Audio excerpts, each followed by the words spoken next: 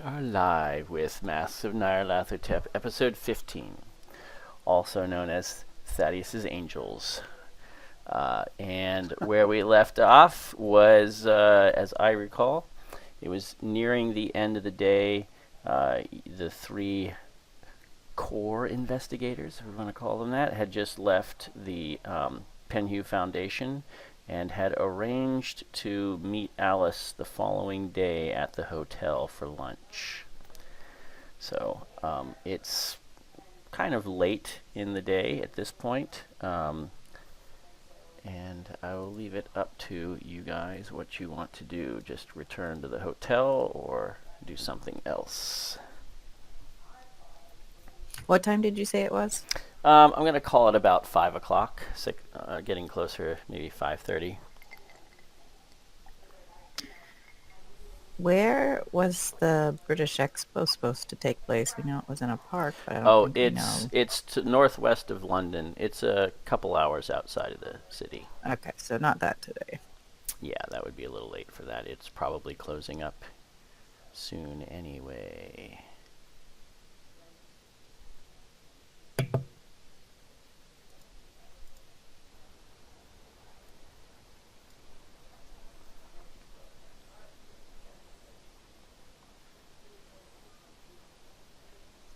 If you like to, we can just sort of fast forward to the next day if you want. If you just want to kind of go home and go back to the hotel and relax a little bit, we don't have to play out hour by hour, certainly. Most likely, at least Natalia would suggest to go back to the hotel and maybe talk about, since we're meeting with Alice tomorrow, maybe what we should be discussing and what we should leave out. That's probably a good idea.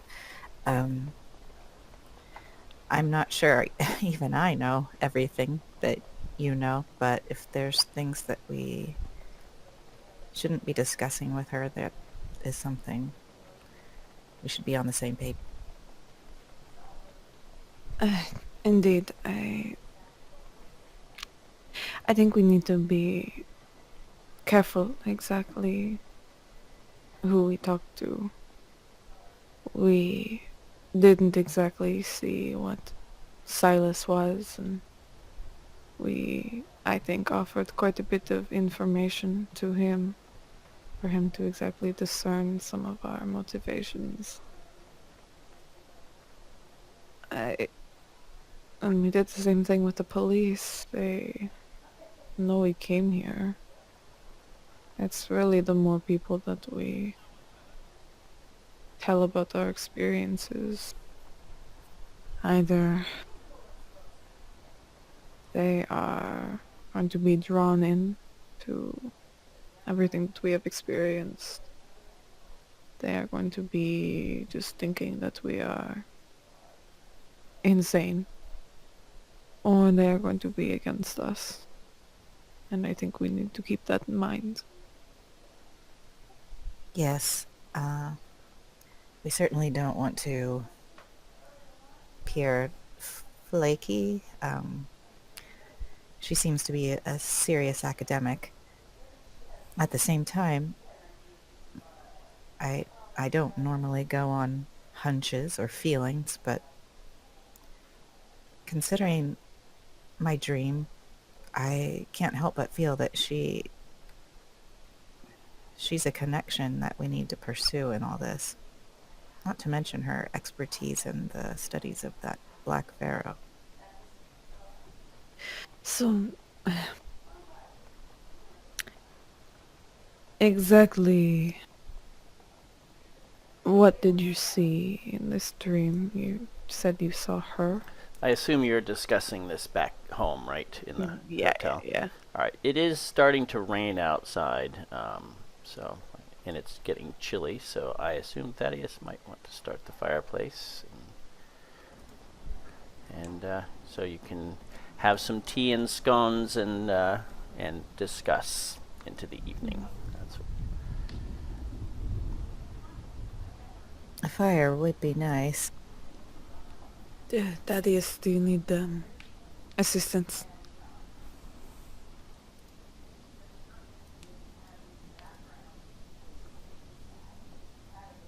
Thaddeus? No, I think I got it. I... He's pretty good at that.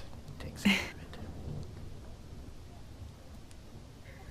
Well, as for the dream, these things do fade a bit on waking. When I first saw Alice, she looked familiar, but I didn't place her right away.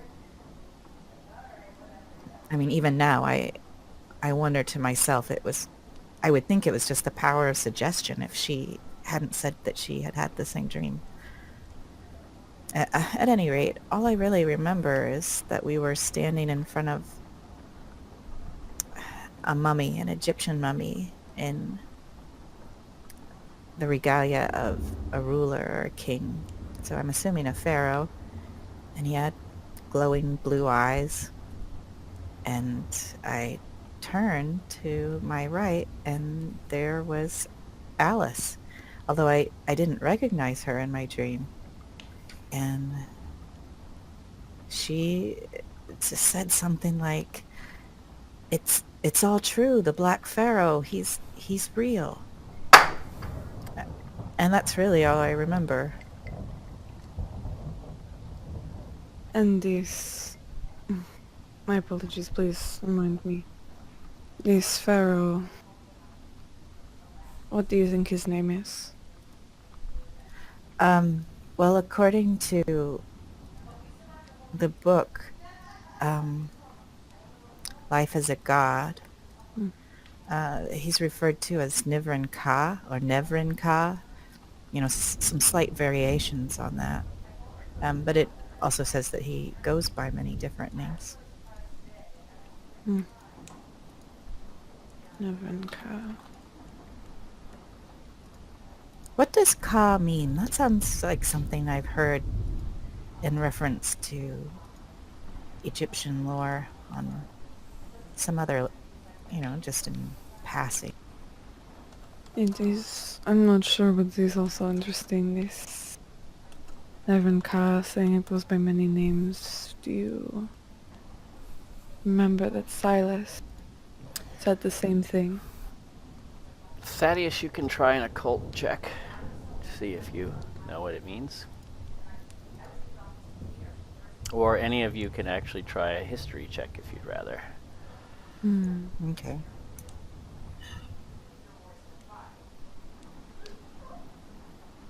Yeah, it's better.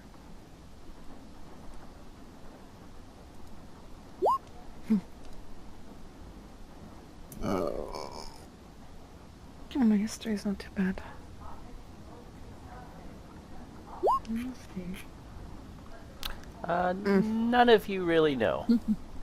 Other than the fact that it's Egyptian, which is not very helpful. Well, something like that might be we can at least ask Alice about that tomorrow. I'm sure she'd be familiar with the more common phrases. Yes, but these many names is what I'm stuck on. Well, what are you thinking? Like I said, Silas mentioned that when they worshipped, had many names as well. After I asked him if it was called Nyarlathotep.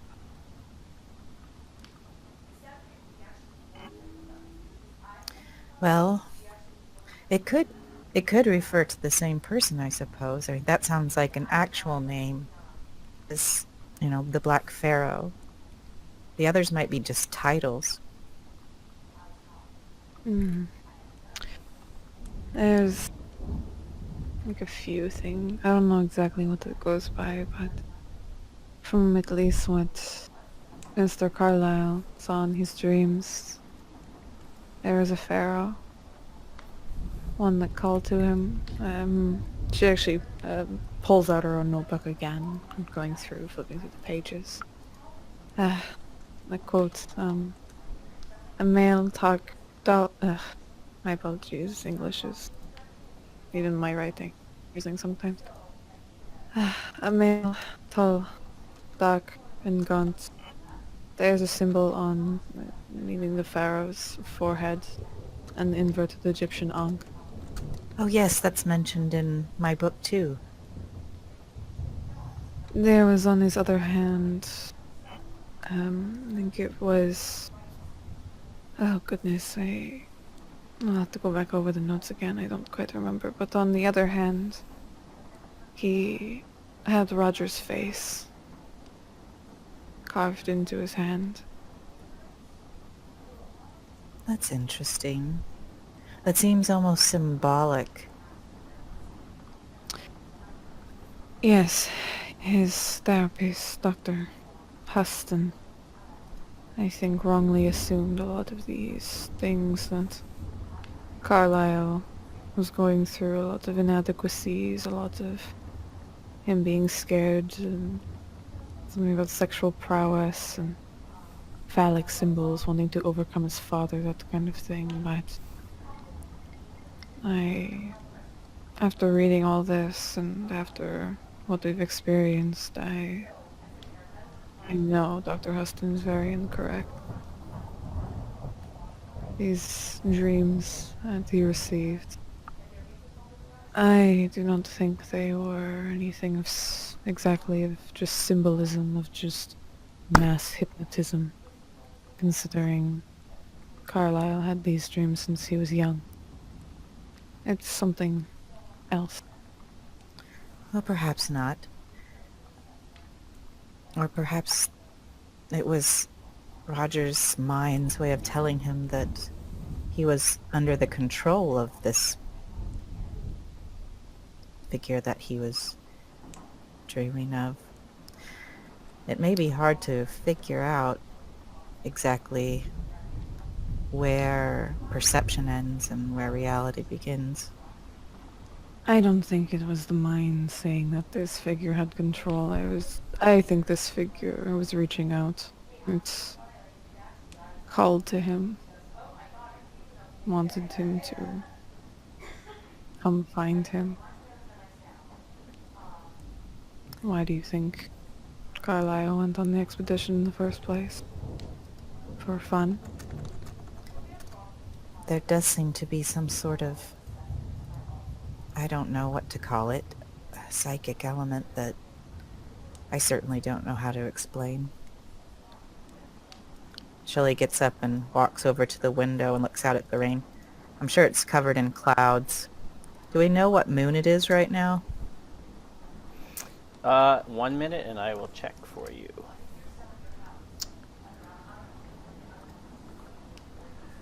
Let's see, today is late Tuesday. That would be, we're about at a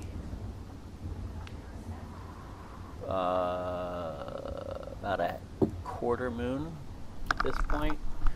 It is waxing. Okay, so that's not... Alright, that's good.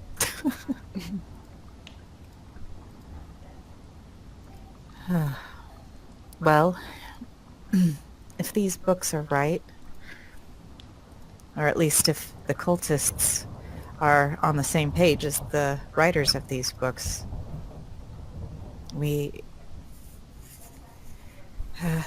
may not be trying anything too serious until the moon is waning again, and it'll be quite a while before we've got that new moon. True. I just don't exactly want to know what they're planning. Apparently it involves stringing people up and putting masks over their faces. Natalia crosses her arms and sits deeper into the chair, frowning. I know those people in there are the ones who killed Jackson. I saw his satchel in the back room. Oh no. I'd assumed as much. It was obvious that they were the ones responsible, but keeping his things.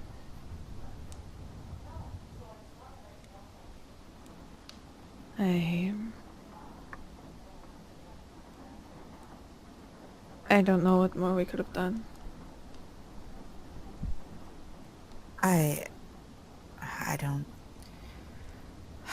I'm sure your friend wouldn't have wanted you to risk yourself over some mementos in a bag, no matter how precious they might seem to you. I was happy that we got out as when we did. I just wish. She looks over at Thaddeus. I, I just wish it had been a bit sooner. We all do. There ain't nothing that can change that.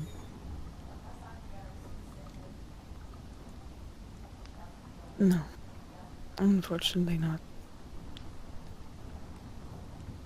That is walk over and place another log in the fire. So, back back to our meeting tomorrow with Alice. I suppose we'll keep most of our discussion on our interest in the Carlisle expedition. And are we going to mention that we've run into any members of a cult? I think... No, no, go ahead, Daddy. Well, as I think you were about to say, I don't think that'd be a good idea. I... I was actually going to say unless she brings it up. Well, I'd point it more towards passing, as in we've been to some wonderful parties with some people that are quite strange, but by playing our hand, we don't know if she is a member or not. Shelley lifts a hand to her mouth. Oh, I hadn't even considered that. She seemed so serious and Yeah. Civilized. It just didn't occur to me. Well, I don't think corruption knows bounds. Well, it's highly unlikely at the same time. Until we need to, I mean, I think it'd be better just to be aloof. Well, she does have knowledge that would be helpful to us. We'll have to entice her in some way to share that. At least make her think that our interest is more than just that of spectators or a rich playboy looking for entertainment. She didn't seem to have much respect for that. No, this is true. But we don't have to be aloof to the history and all this other stuff. But as far as the occult goes, maybe we could be our fascination. All right. Well, I guess I'll just look to you two and follow your lead. Oh my, I'm now you've got me worried. But I'm sure she is just what she appears to be, the daughter of a famous Egyptologist. I do have a question. Two, actually, for the both of you. Something that's been weighing on my mind. The first is...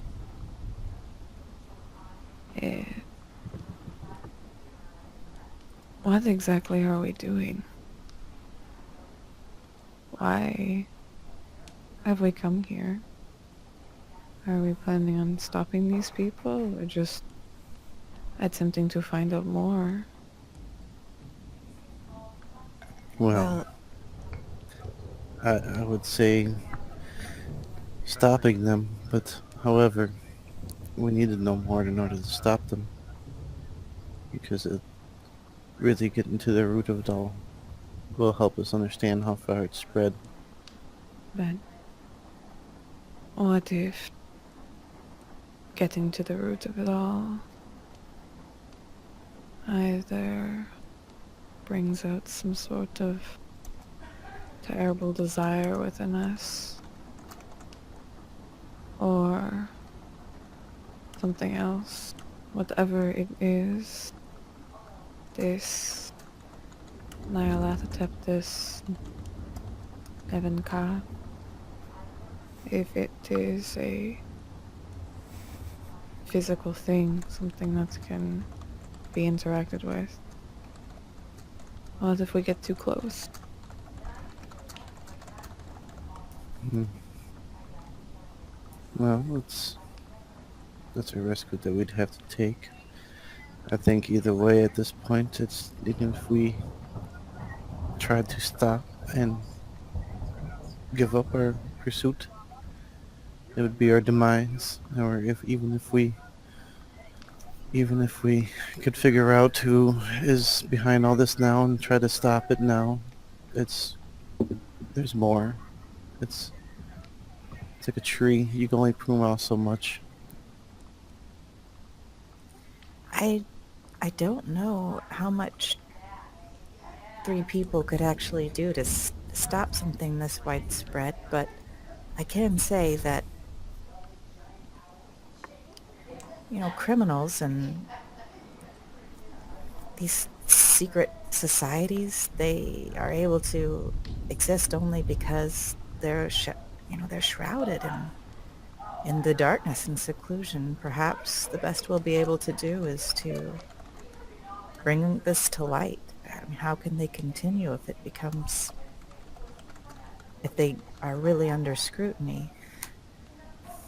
And as for myself, I have to admit my primary motivation is just to understand. I've seen some things I can't explain with the knowledge that I have, and really, the pursuit of that mystery is, I mean, what else is there? I can go back and invent some things, but sitting in my lab, designing an improved battery for another flashlight, how is that going to compare to what I've seen? The knowledge that could potentially be gained there. And it is at least good to know both of your motivations for moving forward in this. Go ahead. What's your motivation? Do you I want to learn more? Because you just give us quite a scare when you're in that basement. Indeed you did. I do.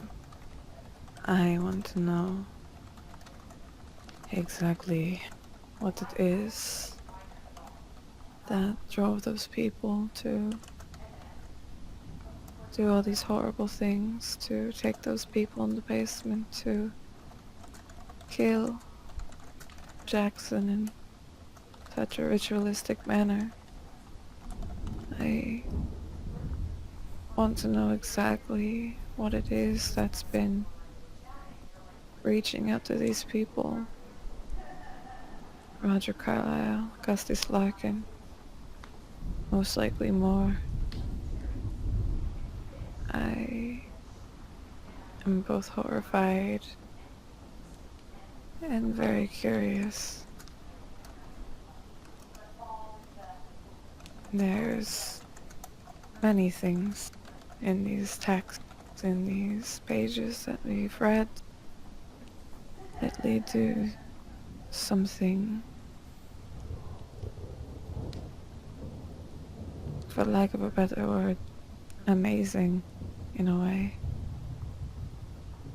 And it feels like this is something so much bigger than all of us, but we were kind of meant to have come this far. And that is why I continue. Not just for Jackson, but for myself at this point. So then what are you gonna do when you figure it out? I don't know. That is something that remains to be seen, but everything I've read has put into the perspective that there's some sort of insanity that is attached to whatever this is. The Great Deceiver being one of the names.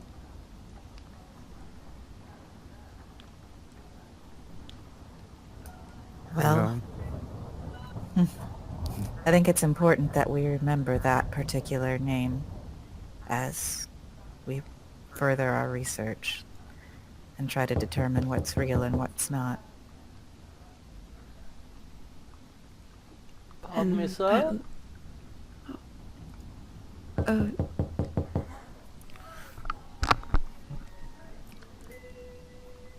uh, I'll get it. And Natalia gets up and walks to the door, opening it. It's the Yes. concierge, or not the, I'm sorry, it's your room service gentleman. He's come to clear away and see if you want him to bring dinner. I think that would be most agreeable, yes? She turns to look at the other two. Oh, yes. I don't really feel like getting dressed up to go downstairs. Yes. Food, drinks. Bring it on up. He takes your orders and clears away with he has two underlings to clear away your tea, and then they go. And Natalia shuts the door behind him as they leave, and she turns to the other two, walking forward. Well, at least we are getting food. Yes, and hopefully some good scotch. Yes. I have one more question for the both of you. Again, something that's been very concerning to myself. Do the two of you believe me in everything I've been saying? No, I think you're downright crazy. And he's gonna have a little... After all, Peru was just a normal trip. There was no glowing things in my room.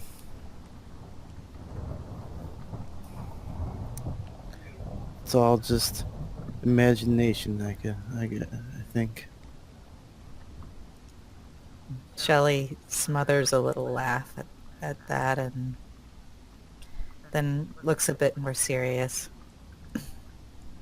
Miss Natalia, I haven't seen everything you've seen. And as a scientist, it's very difficult for me to accept things that, I can't witness for myself or have not been documented thoroughly, tested and examined. Do you know what I mean? So it's not that I don't believe you. It's more that my mind is having a hard time accepting what you're saying in its entirety. I even hope that as time goes on and I learn more, that perhaps my own perspective can add to our understanding. Because I think that while you've seen a lot, perhaps it's only a small piece of a very large picture, and that piece is not informing what the larger shape is going to be. Am I explaining that in a way that you can understand? Natalia is going to slightly furrow her eyebrows at Shelley. Yes, I understand your slightly condescending way of explaining it. Don't worry, I know. I have studied the mind for many years, and seeing myself slipping into these habits, these ways of thinking is concerning, in a way. But similar to the enabling that Dr. Huston did for Roger Carlyle, I am enabling myself to explore these thoughts and ideas to try and get a better sense, and attempting to, as much as I can through writing, delve into the head that is Roger Carlyle. If I am being clear in what I'm saying, Shelley. It's not that I think that you are delusional. That's not really what I meant. It's more that I just don't want to jump to conclusions on what the things you and I have been experiencing actually mean. I don't think it's conclusion, Shelley. I think based on the things, at least that I have read, that I've researched, I do not think they're conclusions at all. Personally, I feel like they are connections, and they make sense. But having your perspective of maybe not fully embracing what I feel is the right path is fine. It is needed. You can tell Natalia's getting a little bit heated. Crossing arms. No. Thaddeus is gonna reach for his flask, take a drink. Maybe look at Natalia. Do you want some? Tends to help.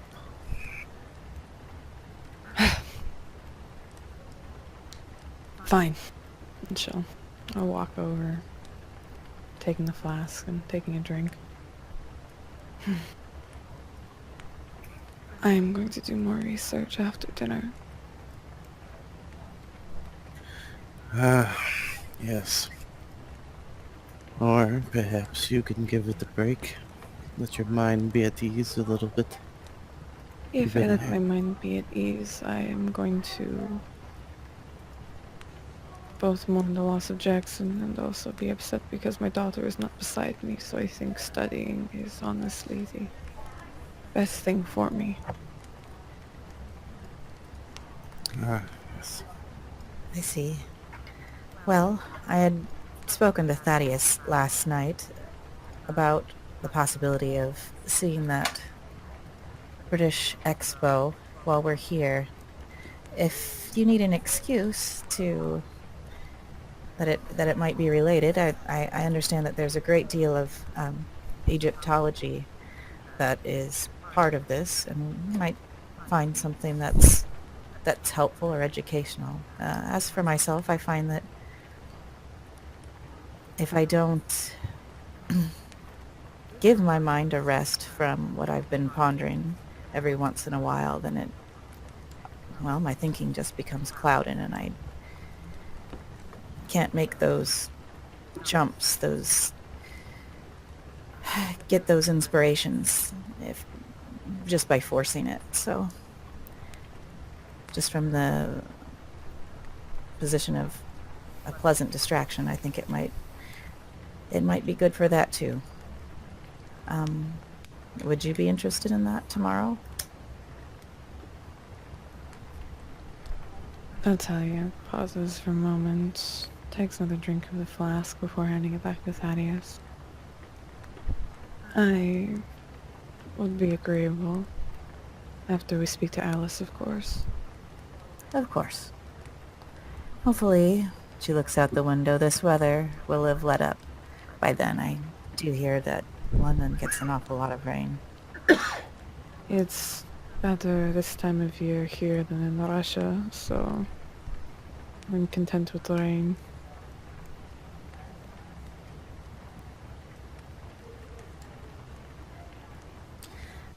While they're waiting for their Yes, meal. the meal actually would arrive about now, which should make a natural break in your discussions, I'd say. Right. Shelley will say, I think I'm going to take this in my room. I'm feeling a bit worn out. I'll meet you downstairs, maybe just before we had agreed to meet with Alice. Of course, Shelley. Have a good evening. She'll kind of wave at her a bit before taking a drink of probably the vodka that she ordered. Mhm. Yes, enjoy your meal. Well, yes, you too. Good night, Natalia, Thaddeus. And she'll leave the room looking a little uncomfortable. And the waiters, the head waiter kind of, the housekeeper kind of gets his two guys to carry your things along behind you a little awkwardly to your room. Wasn't planning on that, but they set you up in your room. She'll thank them and leave them an appropriate tip. All right.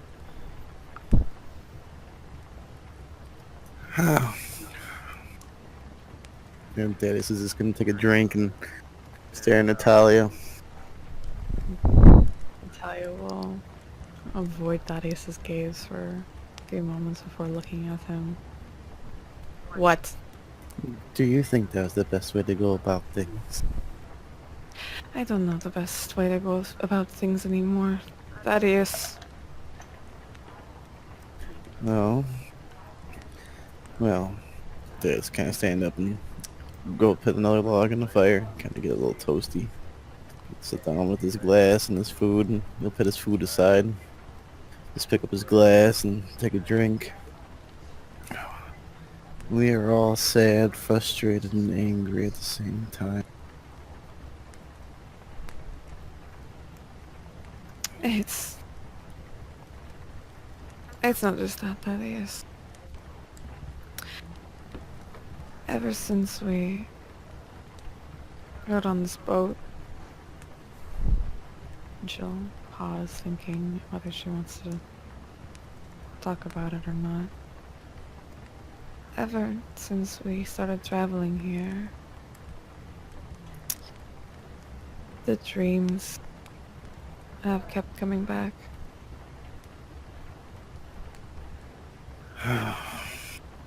It's like it's slightly fuzzy to remember. I need to keep a journal on these things, but I know that we're getting closer. It's almost like a call, almost. That is. So that means it keeps getting stronger the closer we get? Is that what you're trying to say? I think so. He's gonna rub his chin. I do fear that this could cause you to be like our friend. If you looked at his writings and everything, I was the ready closer to he true. got. Yes, but he started losing it. The closer he got, I'm worried that you may end up the same way. What else are we to do, Thaddeus? We have to keep going. Can't stop. Yes, this is true. And you kind of lean forward. Promise me when you get to the point that you start realizing that you're gonna lose it, you'll tell me. I'd rather be able to remedy that right away instead of losing you forever, if you know what I mean. Alright. I think Huh. I know I almost did. Back in that basement. I wanted to be left. Because I wanted to know more Thaddeus. Yes, well. What did you see when you were looking around at those faces that were looking at you in that room? Because I could tell you what I didn't see. I didn't see one soul. They were all almost like not there. If that's what your idea of knowing more is.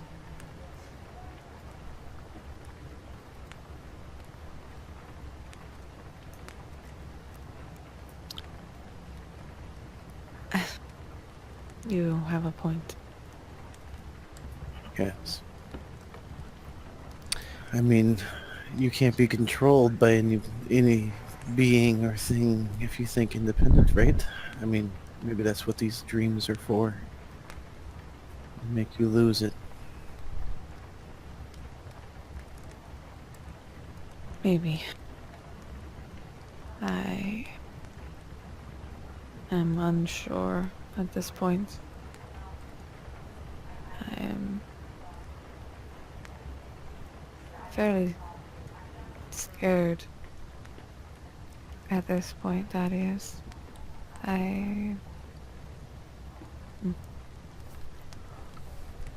We're Yeah. dealing with something much, much bigger than us. And I don't know how we are going to deal with it.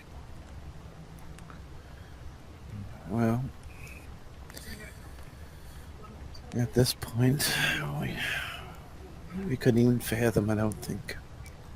But maybe when we get closer, we'll be able to get the totality of everything and figure something out. Maybe it's not something that we can beat, but stop for the time being. That I don't know. What I do know is what helps me. And he picks up the scotch. This right here. And with that, the scene goes dark. And we will take a brief bio break and come back. Alright. Got it. I feel so bad, I'm so sorry, Slim. I don't know, that's fine. It's totally in character, and it's a necessary, I think, like, story element. I like it, right? Yeah. You want to be believed. You don't want people to think you're crazy, especially as a psychologist. Oh yeah. I just like how you're just like, does that make sense? Yes, your condescending explanation makes sense.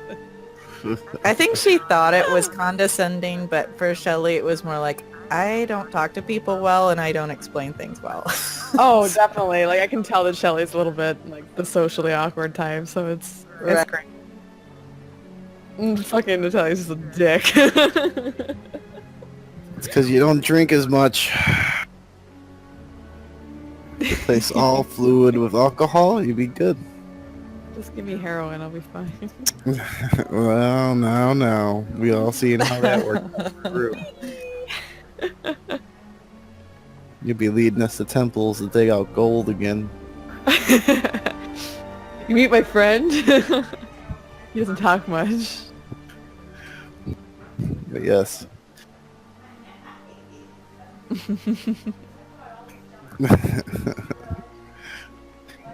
Yeah, I missed the first part, went to the bathroom, I came back, I'm like, oh, we started. I was like, How we're going? I was like, oh, right back. Took off, got some water and bathroom. Yeah, I'm gonna get some water, speaking of which. Yeah, you better hurry up. I know, we're gonna like go right off the bat, one stir and seconds. Boom, we're into it. Next day. You'll be able to catch throwing a log on the fire. We're back. Oh shit, come on. Uh-oh. Countdown begins.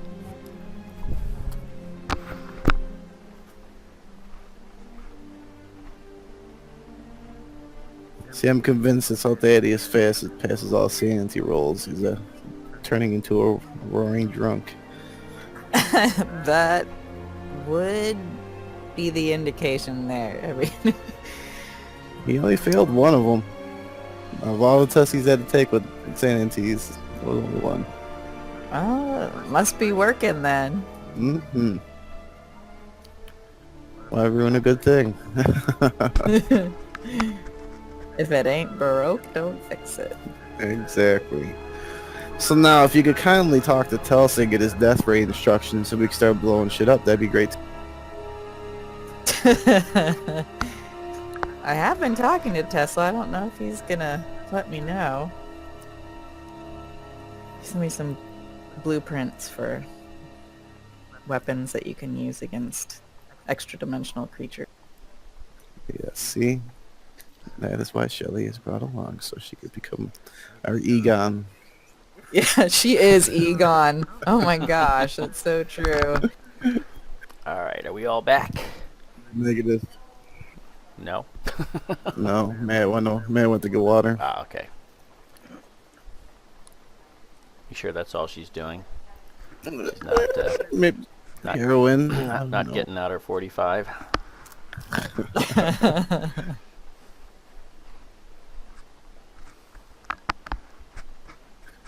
Oh man. Oh, there, What? There she right is. here. There's me. All right. There's no fire, no logs. You're good. Okay. All right. The next morning, it is still raining. It apparently hasn't stopped raining all night. And when you make your way down to lunch, Alice shows up shortly after, so we're going to pick up there.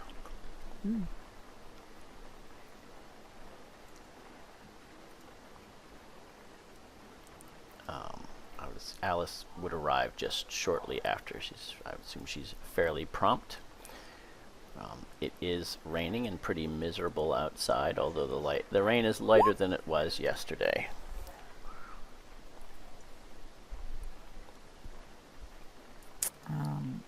Are we just waiting in the... Yeah, I think you all public just kind of dining room? yes, yeah.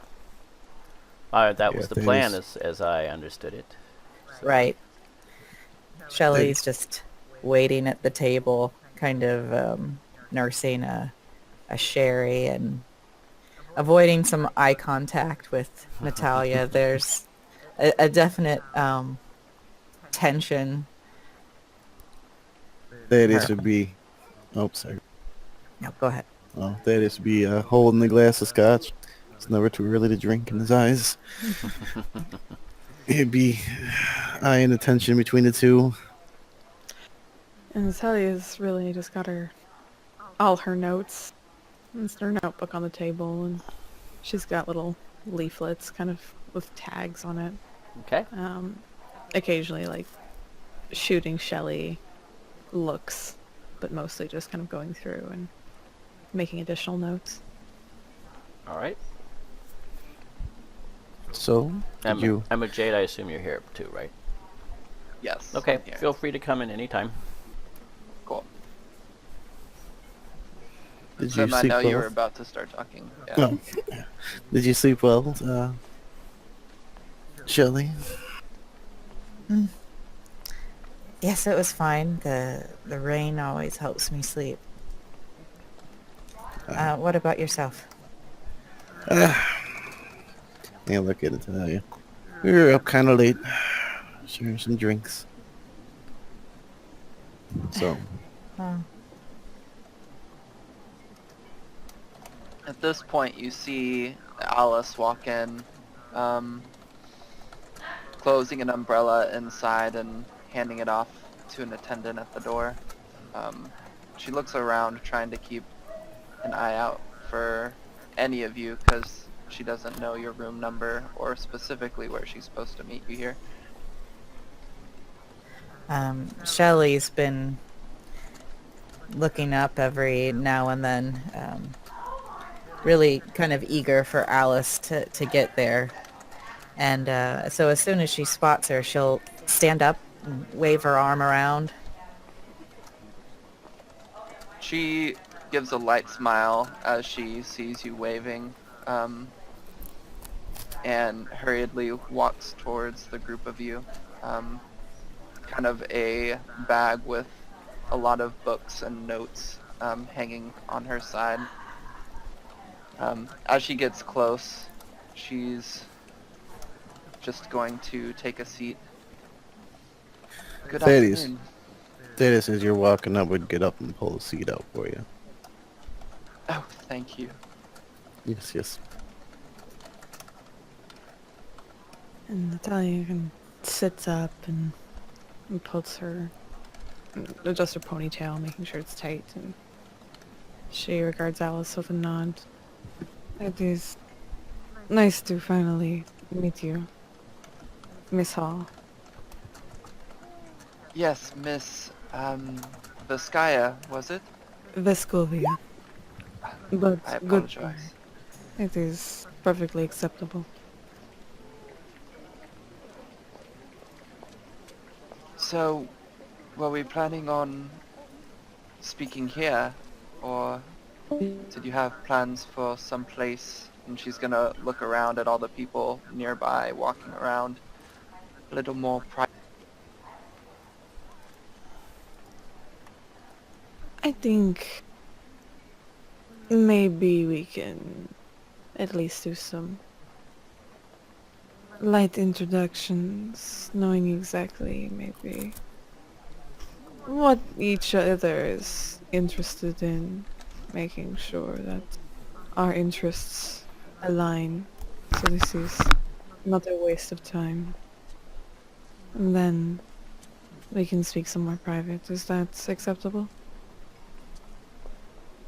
That sounds agreeable. Please, why don't you start? I'm sure you have some questions. And so I'll lean back a bit in the chair and look to Thaddeus and Shelley. I don't... One of you two start. Thaddeus. Well, I kind of look at the other two and take a big old drink of his scotch. Where shall we begin? Well, I mean, if you're not sure, I suppose I can ask you all some. Oh, you can. As such, so far, you three are but strangers to me. So I am curious, who are you exactly? Why have you come from America? What are your professions? And how did you all come together? They just kind of smile. Well, Natalia, she's very smart. She's a librarian, does psychology. Shelley, she's a genius, an inventor. And I'm just rich. If you don't mind, Mr. Pepin, I think I would quite prefer to hear them say it. Thank you, Miss Hall. Thaddeus got at least part of it correct. I am indeed working mostly as a librarian back in New York, but my primary studies while I was in Russia, and also coming over here when I can, is indeed psychology. I also have a interest in a I would say slightly extensive background in anthropology.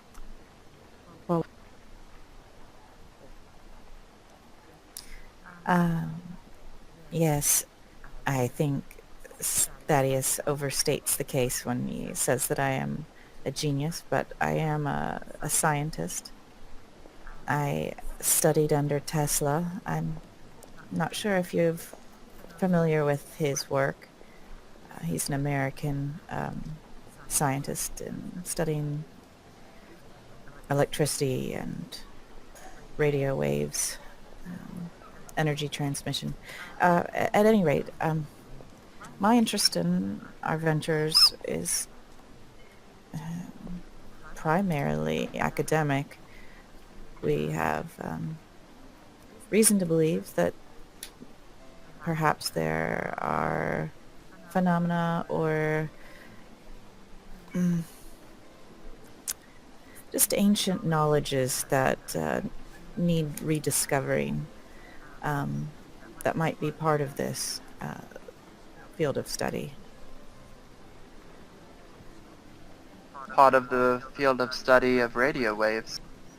Not radio waves in particular. I mean part of the some of the things we've been researching with regard to well, there just seems to be a connection to some phenomena and Egyptology, and particularly elements similar to the Carlisle expedition. It's a bit difficult to go into in brief, but perhaps that some of the supernatural phenomena observed might have something to add to the field of science. And is that why you're so interested in all of this? You simply heard of some supernatural phenomena with these stories and decided to investigate? If so, why not look further into the resurrection of Jesus Christ or one of the other hundreds of religious texts? Very amusing, but I do not think, and I mean no offense, Shelley, I do not think she's explaining quite well. It is mostly beating around the bush at this point. Natalia kind of leans forward on the table, staring at Alice and looking her up and down.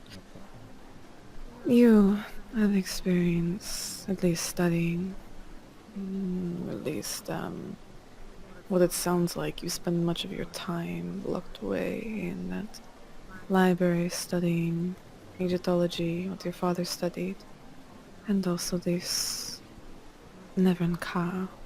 Am I correct? You are. What is your interest in this Nevern Ka?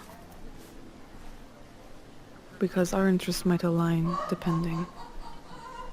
My interest is my father's interest, to investigate the rumors and history of Neferka and perhaps find if he is merely a historical fiction or if he was indeed a real person and pharaoh. And if he was, hopefully find his resting place. What do you think? You want my professional opinion? I want your professional opinion, and I want your actual opinion, Miss Hall. I believe they are quite the same as a woman here in England. I do not need to distinguish the two, as most of my words are not taken incredibly seriously anyway. So I need to be as careful as some of the men in my field to dress up what I believe. But certainly I believe Neferka was a real person and a real pharaoh. And I believe that Sneferu came and ended his reign as he came into power. I merely am trying to distinguish what is fact in the stories that Sneferu has allowed to exist in his reign and what is a mere fiction that the winner has placed around the loser in the grand scheme of history. Natalia will lean back from the table, again looking to Shelley and Thaddeus. I apologize, Shelley. I just wanted to be slightly more direct. I appreciate directness. However, if we get any more direct, I would like some assurances and I would like a little more privacy. I agree with the privacy aspect. I do not think that much of the things we have to discuss are good for public ears. I would agree. And you seem to have avoided one of my questions. How do you all know one another? And how is it you came to work together? A rich man, a psychologist, and an inventor seems quite the strange grouping for an expedition in Egypt after the Black Pharaoh. Oh, yeah, why does that seem strange? They are not the typical types to seem to be interested in an archaeological expedition. This has Generally, been... there's at least one that has a history in archaeology or history in general that leads the charge, but as far as I have been able to tell, that person is you, Mr. Pepin, and no offense to you, but you do not fit the standard mold. Oh, I don't, do I? Unfortunately not. And what is the standard mold? For someone such as yourself, rich man, got his money in business ventures, taking risks here and there, has an odd fascination with history, generally one or two subjects in particular. You fit the rich man, for sure, but I've not come to see any particular personal interest in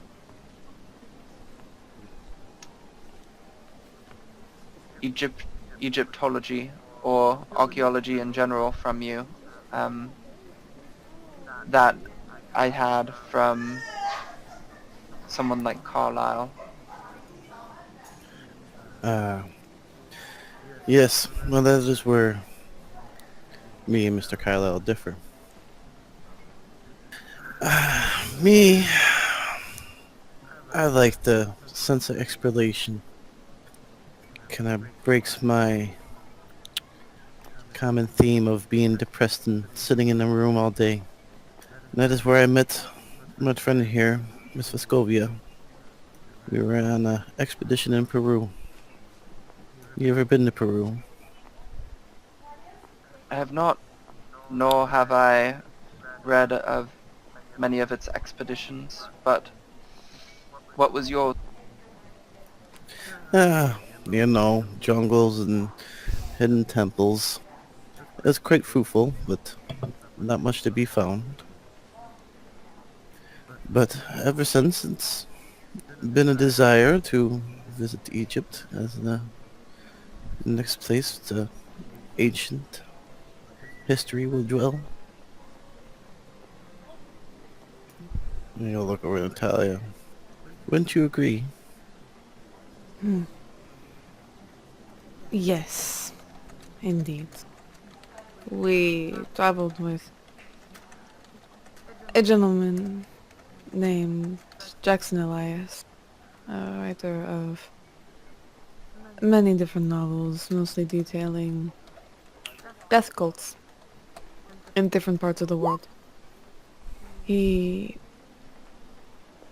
offered a very interesting, how do you say, view on certain indigenous groups, certain groups, what they worship, that kind of thing. I think what Mr. Pepin here is alluding to is we actually had gotten a little bit of interest ourselves due to our meetings with Mr. Elias.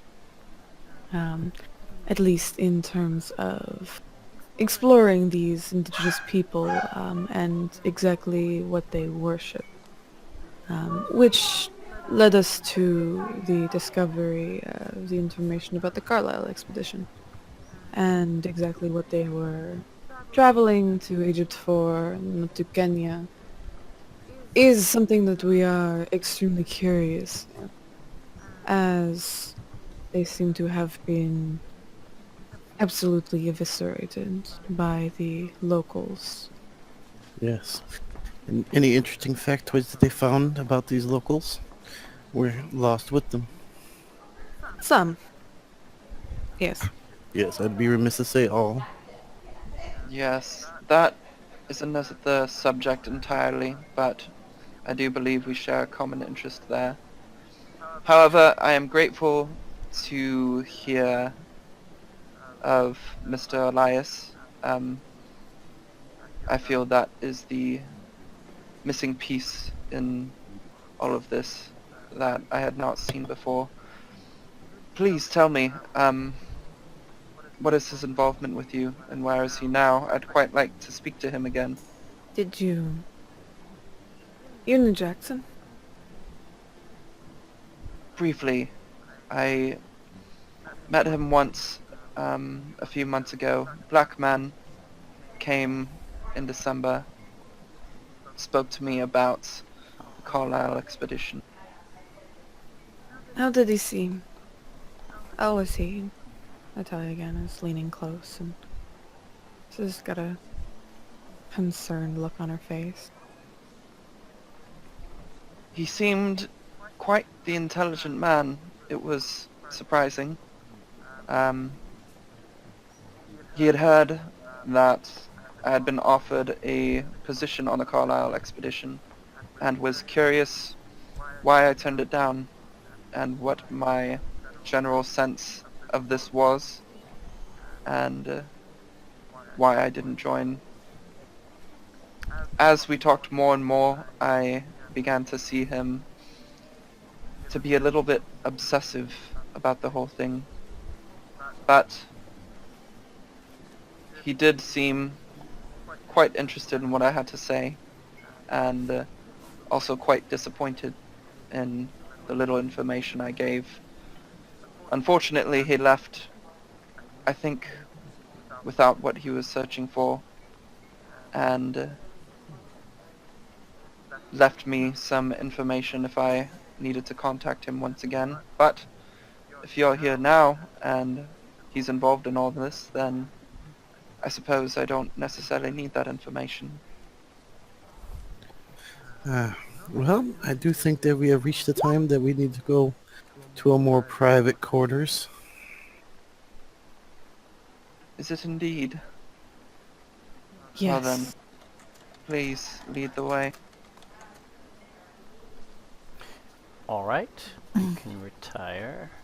Oh, I suppose we're going to your room, Thaddeus. Yes. If you guys want to head there, I'll pay the bill and join you shortly.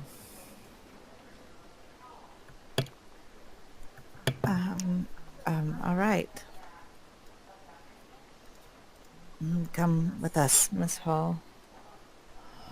Of course. And she stands and grabs her bag, resting it on her shoulder once again. Please lead. Natalia takes her notes into her arms and nods to Thaddeus. Thank you again. I smile. I don't want you to think we're using you for your money now. Oh no, just my good luck and friggin' handsomeness and everything. Yeah, smile. Of course, always need someone charming on the arm. And she'll pat him on the shoulder before following Shelley up with Alice. Thaddeus, of course, would pay the bill and order a bottle of whiskey sent up to the room. Make his way up not too long after. All right.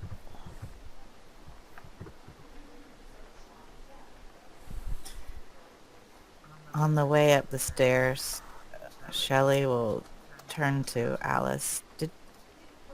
Did I mishear you, but did you say that you knew Roger Kyle?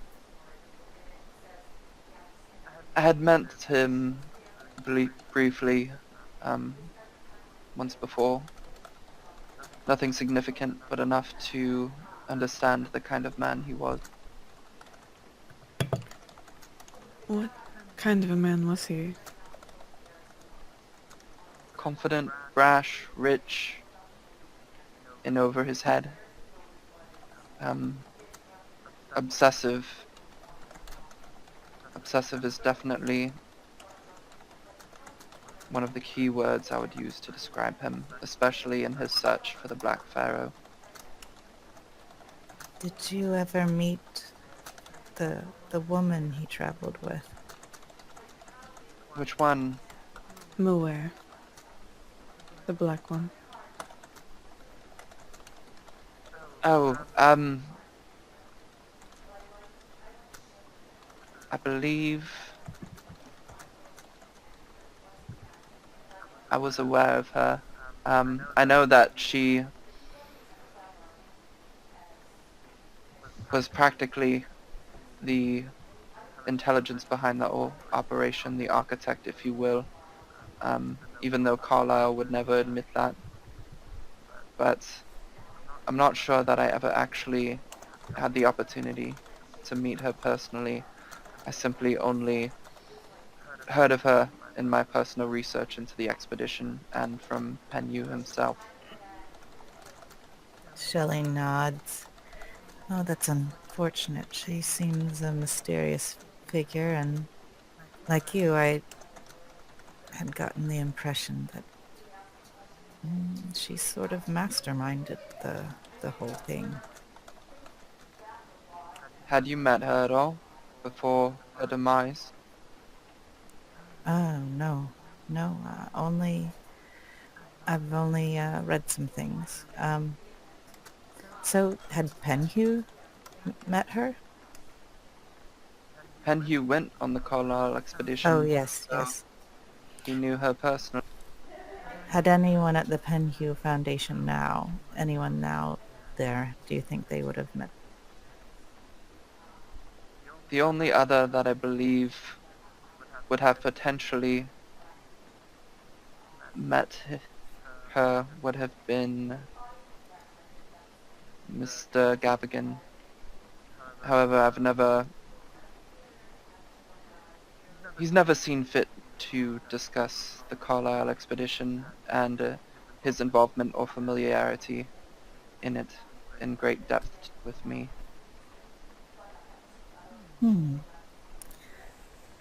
Well, here we are.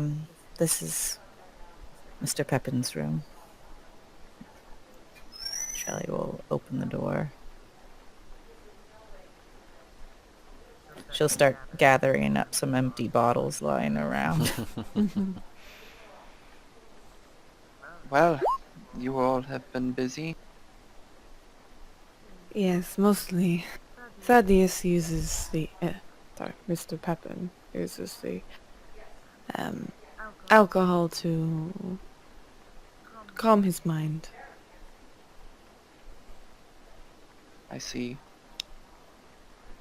What is it that troubles his mind so much?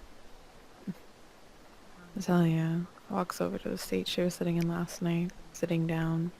She crosses her legs and takes the notes full of a binder full of papers and notes and such, and puts them on her lap. There are many things that trouble Thaddeus. There are many things that trouble the two of us.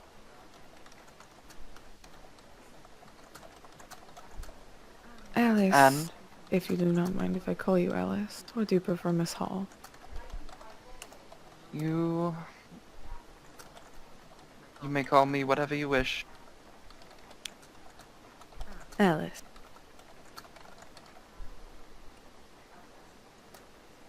In terms of your research into Nevern Ka, actually, maybe we should wait for Thaddeus to get up here before delving into their city's fairly interesting subject. I do not want him to miss it. Not too long after you would say that, they'd be making his way and open the door, kind of do a little peek in and see we're all here, and walk in and close the door. I do have drinks coming. Yeah. As always, thank you, Thaddeus. Yes, yes. Hope I didn't miss too much. No. This Miss Hall here was discussing Mr. Carlyle, her interactions with him, and being invited on the expedition. Yes. Do tell. Kind of look over. Is there a reason why you Night. denied going?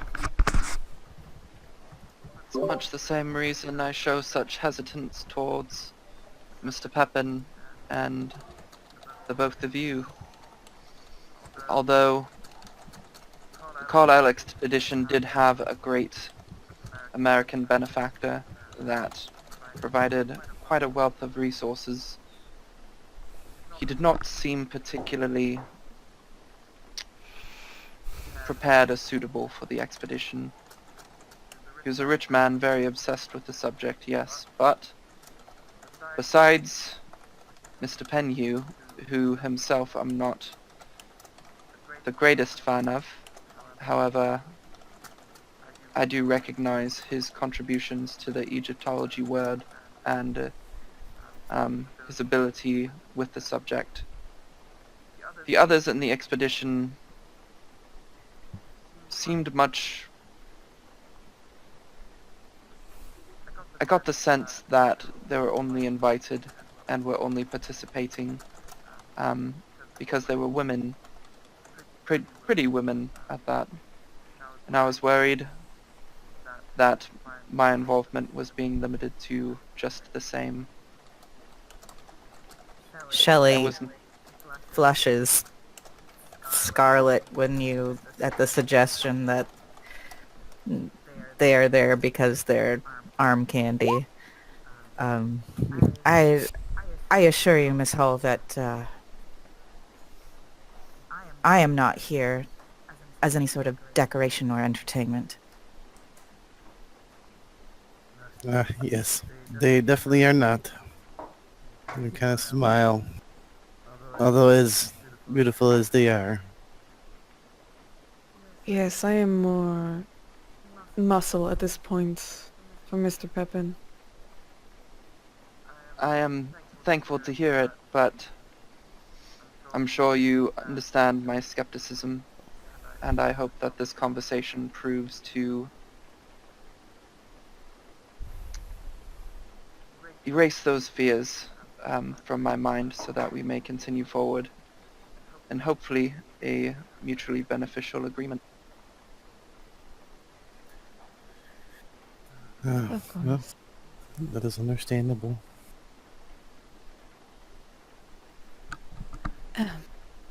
A question for you, Alice. Yes. She's going to look to Thaddeus and Shelley before looking back to Alice. What is your opinions on Jackson's books? What do you think of them? Do you think they ring true? Do you think he's nothing more than a crazy person getting attached to these strange ideas of death cults?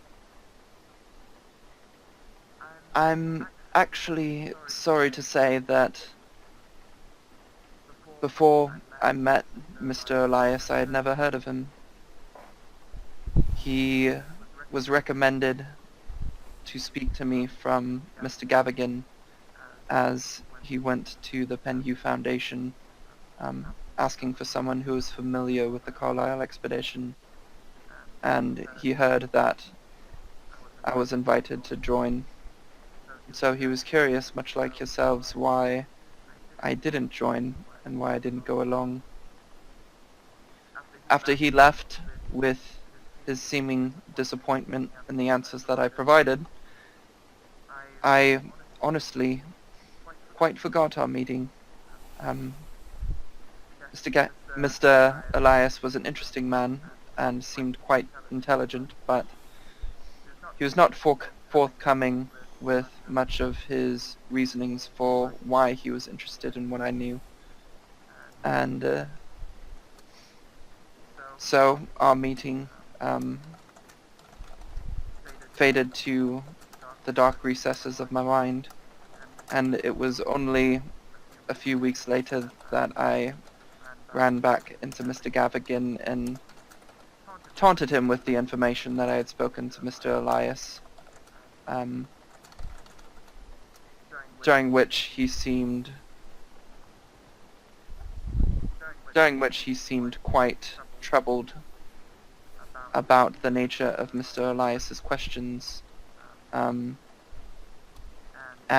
the information that I had provided. However, I simply enjoyed seeing the worry on his face, so I didn't give him much, if anything at all. Simply told him that we spoke and that he left disappointed. Afterwards, I thought to contact a man at the Scoop who Mr. Elias had recommended I speak to if I needed to reach out to him again. However, I got caught up in my own works and research that I forgot, unfortunately. And then I forgot Mr. Elias until you three brought him up just this afternoon. Unfortunately, Jackson Elias is deceased. I'm very sorry to hear that. What happened, if you don't mind my asking? Well, there are apparently this group in Harlem, New York, who ritualistically slaughters people by cutting them and pulling out their entrails, carving a symbol into their forehead. That is what happened to Jackson.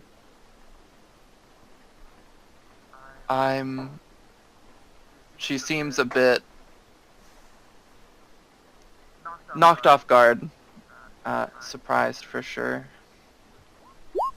I'm sorry to hear the news, and I'm sorry at the loss of your friend.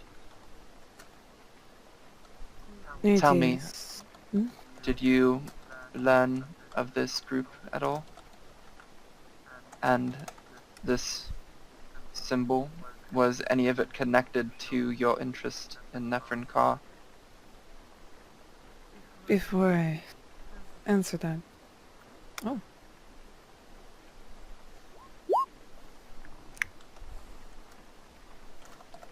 Damn.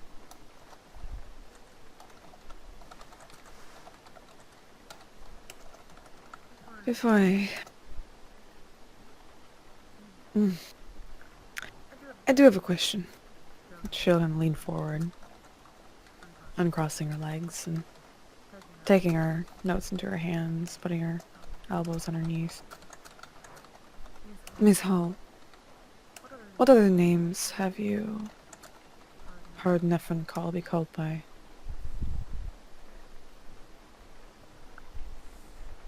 Nephrin Ka, the Black Pharaoh. Darren, do I know any other names?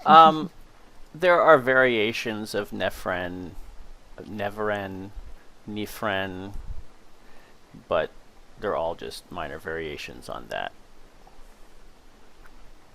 Then of course there are minor variations that And are likely caused. of course, all of that just Oh, comes from interpreting the hieroglyphics, and kind of yeah, how you that's what I figured. decide what it is, what it represents.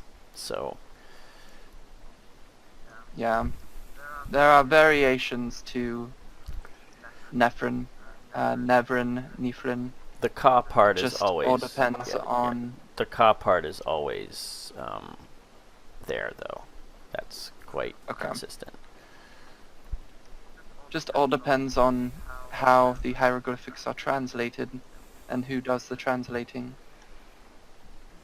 However, the ka always remains. What does ka mean? It is one of 3 parts of the soul in ancient Egyptian religion, alongside the ba and the ak.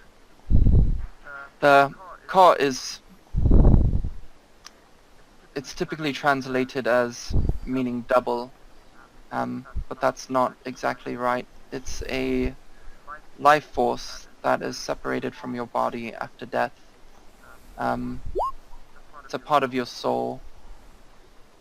Generally, the burial rites and privileges given to the dead in Egyptian culture is done to help satiate the ka and prepare it for the afterlife.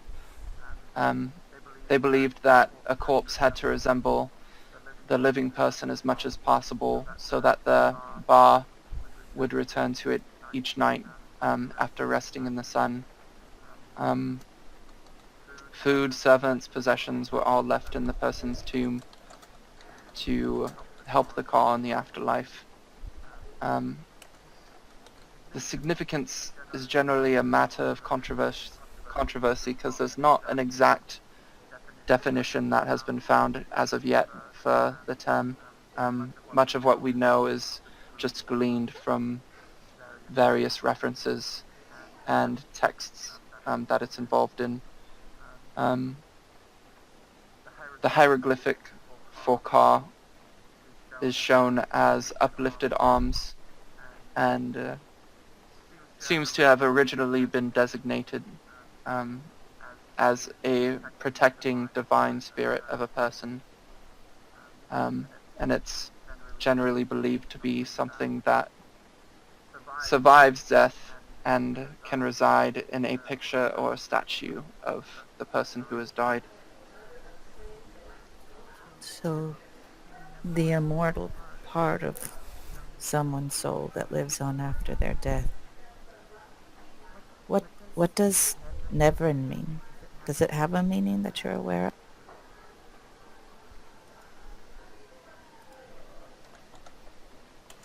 Does it, Darren? It hints at darkness. It's not something that has a direct translation, nor is it something that I feel has been correctly interpreted or found to have a significant meaning. But as such, when it does have contexts in which you may glean a meaning, it seems to generally have something to do with darkness. So maybe immortal darkness, or the darkness that lives on the dark soul, something like that. It's unfortunately not that simple, although I wish it were. In your studies, Miss Nevin Ka, was there any mention of maybe any ritual sacrifices that he did on the full moon? Is it Shelley? New moon, New moon. when it's And- dark. Any information that he might have gotten from these sacrifices, maybe to some larger entity, something with many names, many faces. I'd be happy to answer that for you. However, I was quite hoping that this meeting would be a mutual exchange of information, and I have quite answered a number of your questions so far. I'm curious if you would allow me to ask one or two of my own before we continue. Natalia nods and she looks to Thaddeus and Shelley. Based on what I can glean, she's fine. Go ask away, Miss Hall.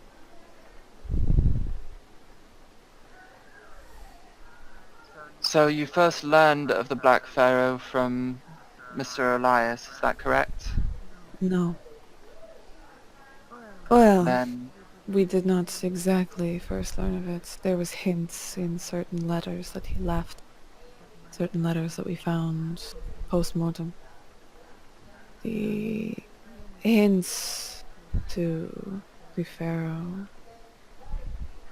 The name Nebran-Ka did not pop up first. This was more of a recent discovery for us. Another name popped up before that in relation to a pharaoh, or at least a tall, gaunt man, especially when it came to dreams. Name of Nyarlathotep. That was first.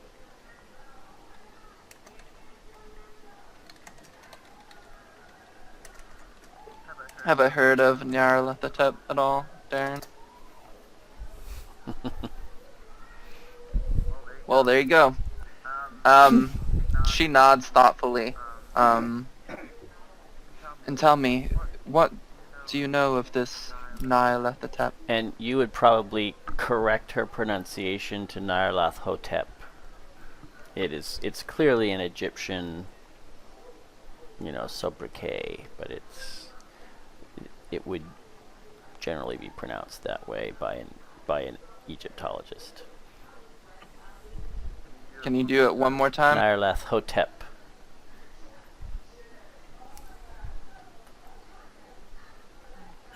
I apologies, Nyarlathotep. I only got it from readings. Really. This... this... Nyarlathotep... Again, apologies if I'm not fully pronouncing it. She looks to Thaddeus and Shelley again. Please, I might overindulge the two of you. You might need to cut in. Yeah, we will see. This Nyarlathotep seems, at least to, from what I've read, reach out to people in their dreams. That is how I think he, at least, contacts them. There seems to be many names attached to him. She opens her book, flipping through. At the mention of dreams, Shelley will look over at Alice and kind of meet her eyes for a moment before looking away again.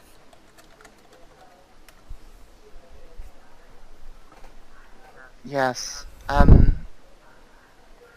What are some of these other names that Nyarlathotep is known by? The Black King. The Great Deceiver. Some that I've found, he seems to be some sort of... maybe... it?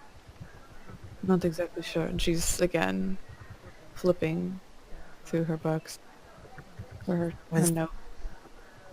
was there something about tongues, or was that just the name of a cult? The Bloody Tongues. Yes, in Africa. It seems to be a cult that worships it. Some of the dreams that have been mentioned. There's no head on the torso, it's just a flailing tongue.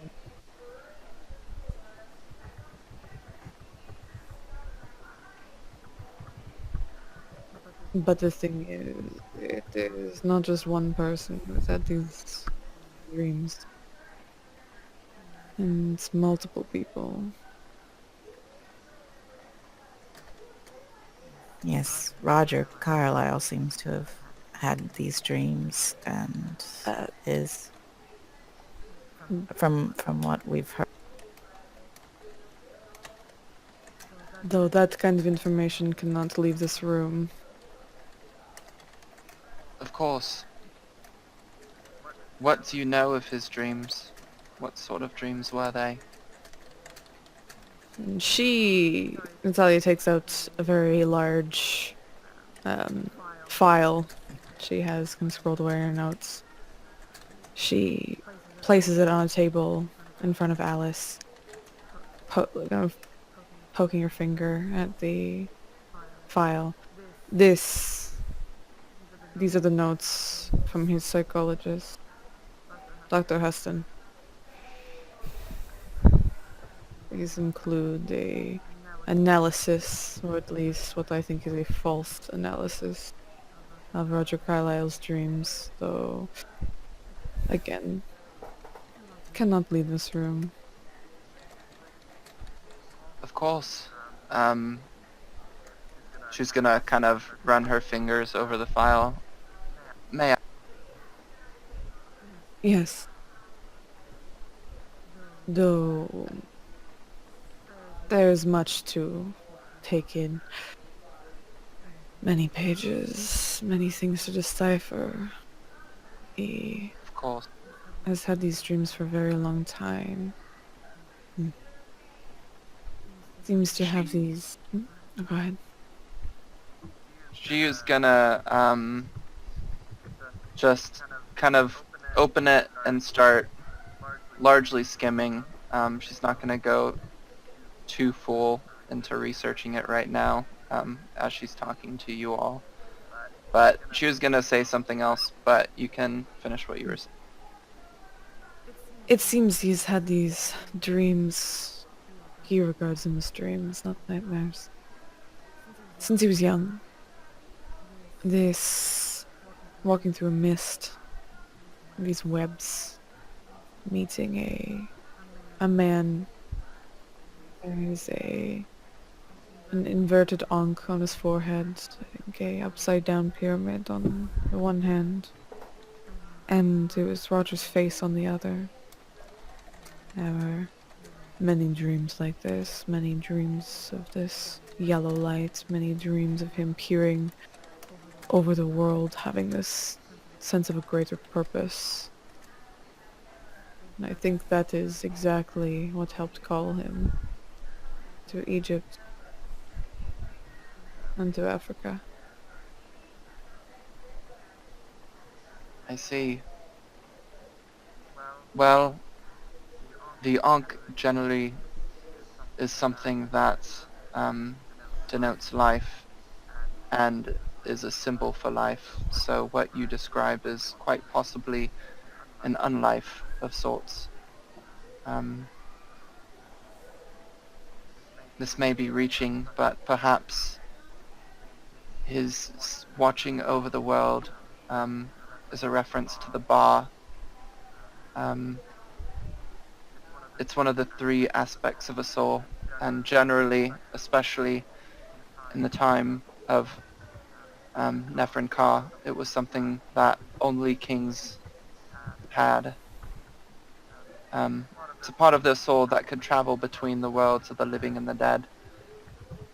Something that could hover over the corpse of the deceased and exit the tomb that they were lain in to continue to watch over the world from a high perch above their pyramid.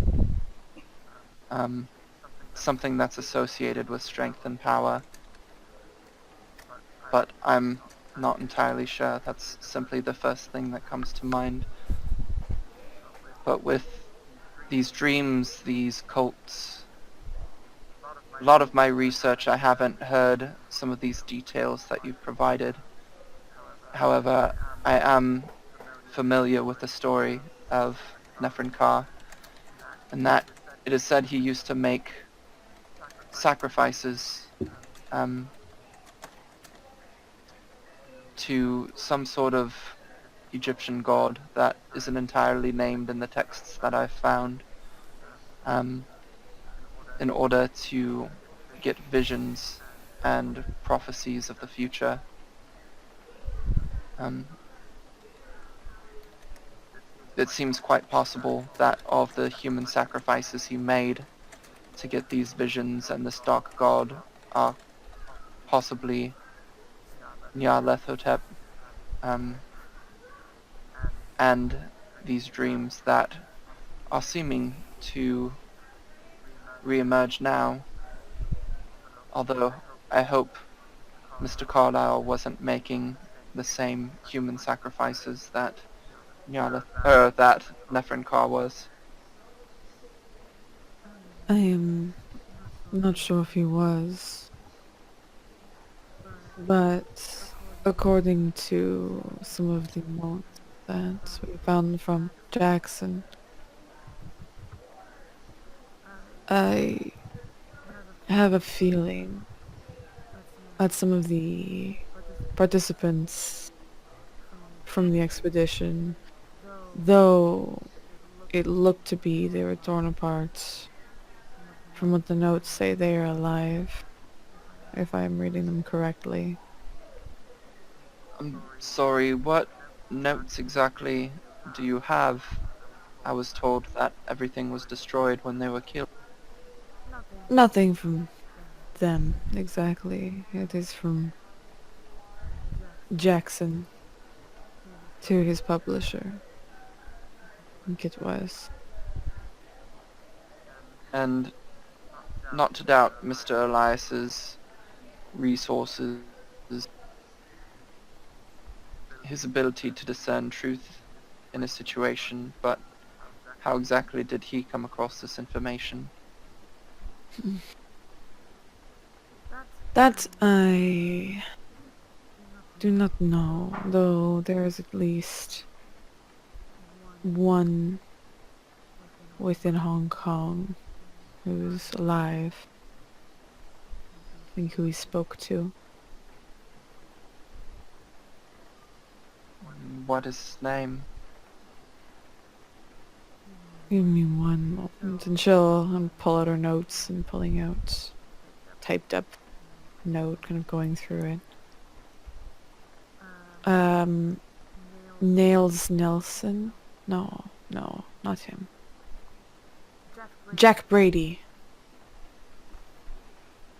That is the one who's in Hong Kong. He did not speak to him. He spoke with a Nails Nelson saying that Jack Brady was in Hong Kong. Have I heard of Jack Brady before? Especially in connection to the Carlisle expedition? You can make an intelligence check for me. No. That name doesn't mean anything. Interesting.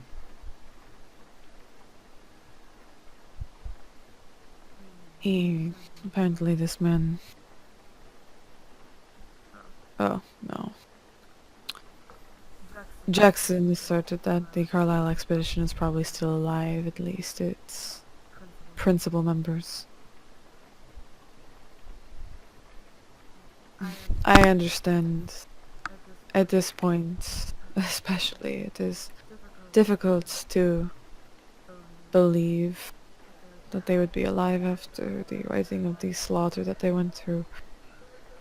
But there are many things that we have seen that have been out of the ordinary, that have been supernatural, so believing that those who should be dead are alive It, it is a slight stretch, but somewhat would not surprise me if it happened. Miss Hall, it's becoming increasingly apparent through this conversation of just how much of a disadvantage we are at not having an expert in Egyptology. You've already, just in this brief meeting, provided so much context that we didn't have before, and that would have taken us quite a bit of research to get even just to look at the meanings of names. And I have no authority here to issue an invitation, but would you be willing to consider providing your expertise on an expedition?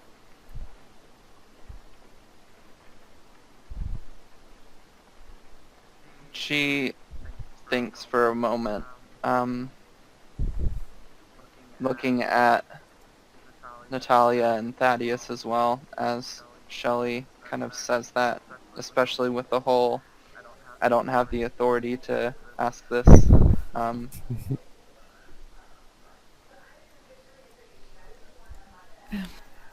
but after a moment, she nods. I think I would like some time to consider it, such a proposal, and I would certainly like to be aware of the conditions of my joining and the details of what we have planned. Um, But you However, I don't. think it is something I might be interested in. Hey, this is gonna look a little uncomfortable. Look over Natalia and Shelley. Are we just adding on more problems for? He's Well, kind of getting lower. Shelley, Hasn't. Go ahead.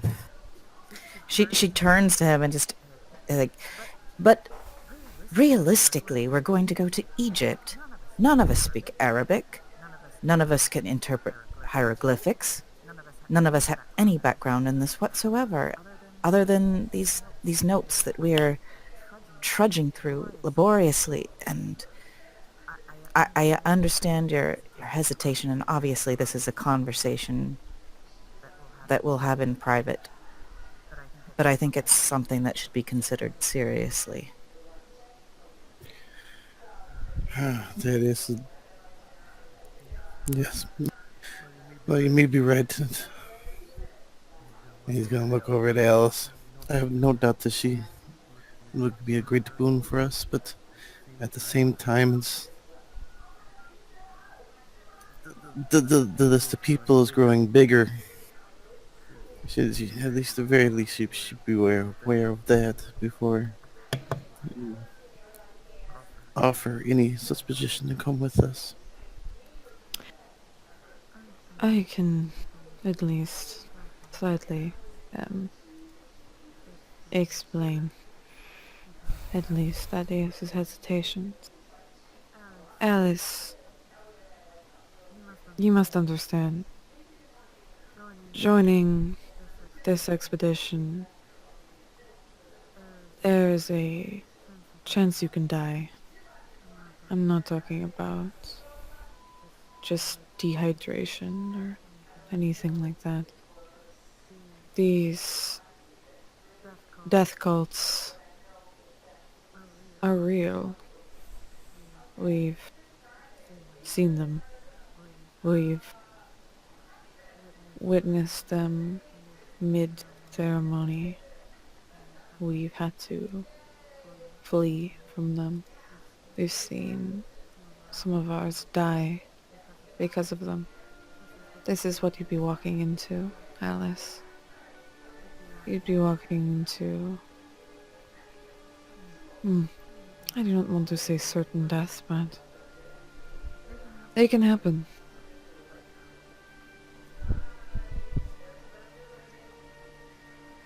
She looks down towards the floor as you speak those words, thinking carefully about what to say. and how to respond. I'm aware that it's dangerous.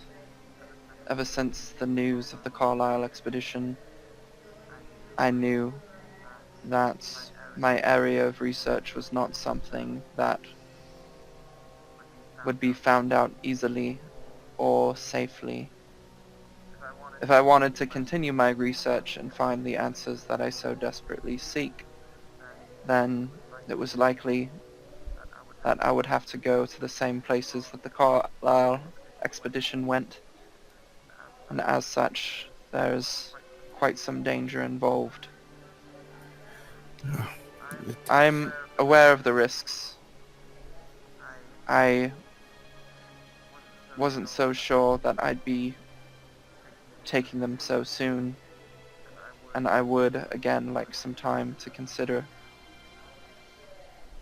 But I am not a fool to think that this would be a safe or easy journey. yes, well, you definitely have to consider the fact that you may never make it to Egypt. None of us may never make it to Egypt. It is definitely a real fact that people are actively trying to stop us from reaching Egypt.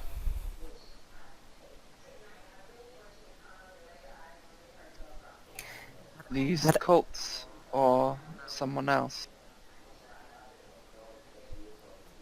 It's it's a wide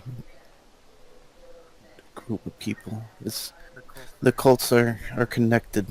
You see, that's one thing we are slowly discovering. How far they go and deep they dig is something that we have no idea yet. But to put it this way, we weren't sure about you at first.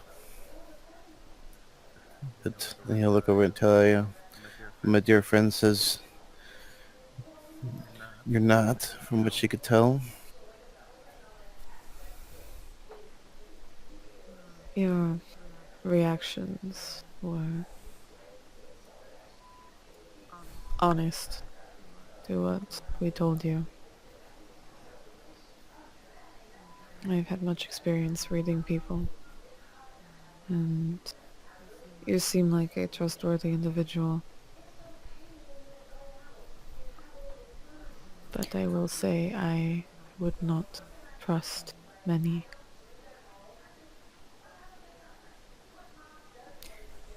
if you're considering going to Egypt to pursue your studies, particularly following in the footsteps of the Carlisle expedition, as dangerous it is, as it has been for us, and she looks to Thaddeus and Natalia, perhaps she would actually be safer with people who know what she is getting into, rather than those who might be going in blind.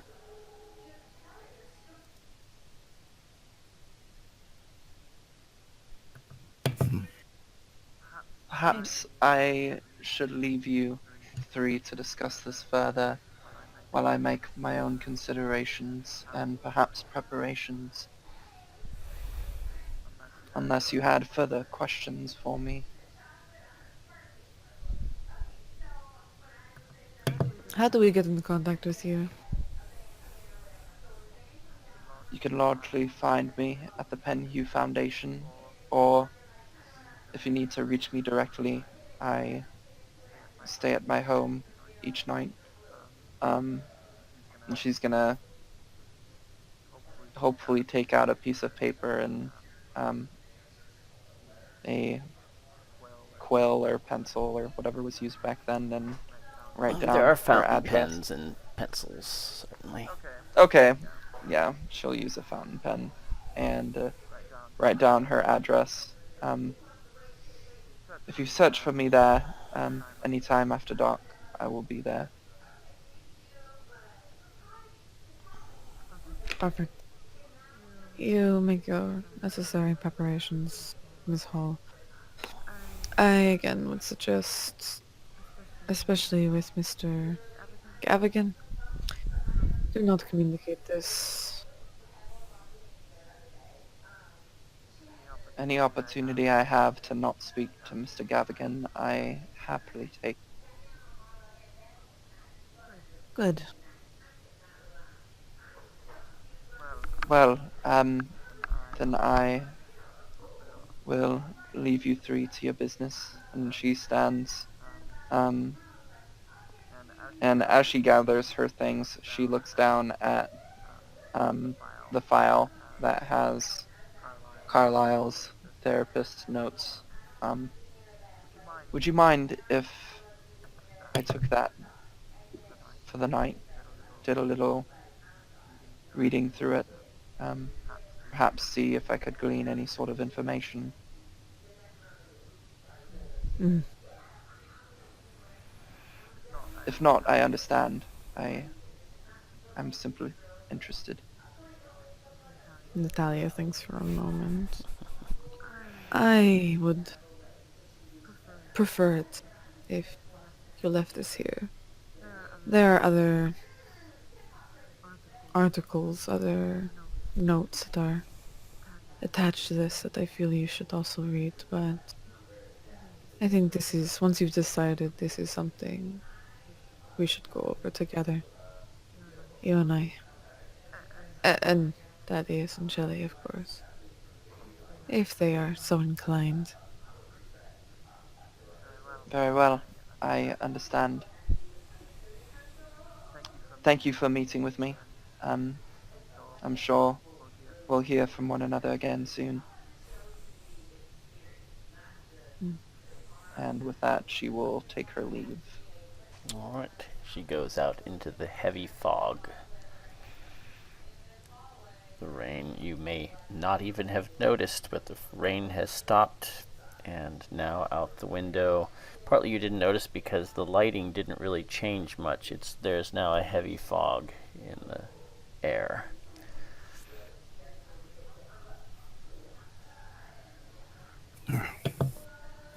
Thought that bottle will right by now.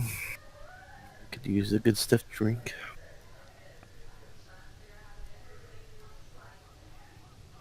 Indeed. I apologize if I went a bit overboard. Well, my only concern is, are we sure that we want to bring somebody along to perish on our trip? I mean, we seem to be setting quite a track record of friends dying around us. Shelley crosses her arms. If she knows the risks, then it's her decision. I I have to don't agree think with you Shelley. can take responsibility for that. And she's going. This is her... Honestly, how responsible would it be to let her just toddle off to Egypt with a bunch of academics who have no idea of the danger that they'd be walking into? No. This is true. At the same time, we're taking her directly to the route that we know will cause danger. Well, she's decided this for herself, that is, and honestly, if we're going to get anywhere fast, we need her. And as long as we disclose all the risks, I think it is up to her to decide, not us. Hmm. What she knows, it's going to prove invaluable.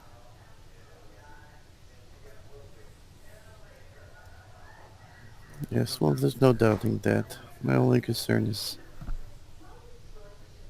well, I know you feel the sense of that everything is... It's on you. Everything's your responsibility. Everything is your fault when it goes wrong.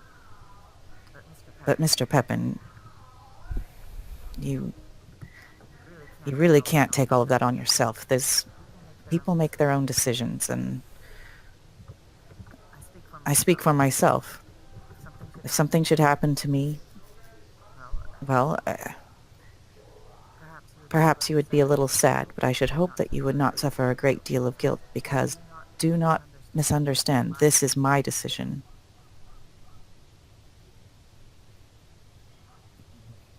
That it is.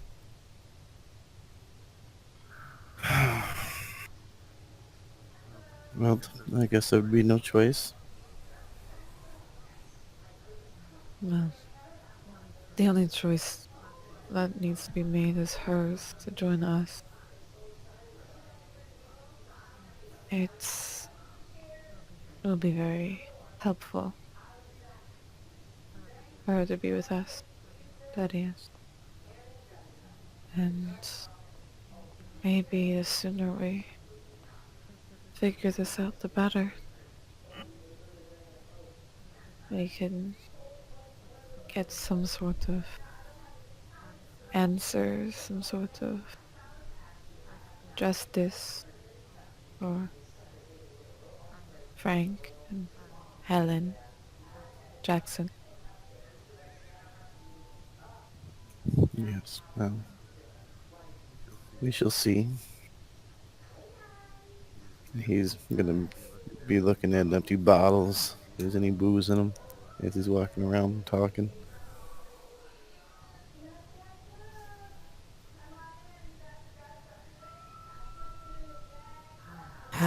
Shakes her head and opens her notebook again.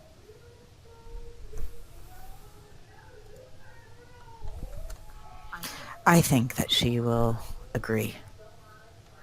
Someone who has spent so much of her life in the pursuit of one thing, to be given an opportunity to really to go after it.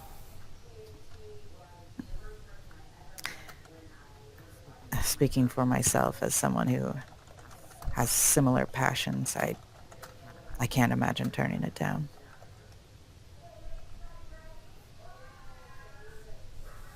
I could not either. It's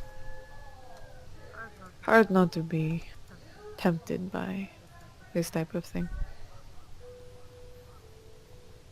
No, it's the perfect lure.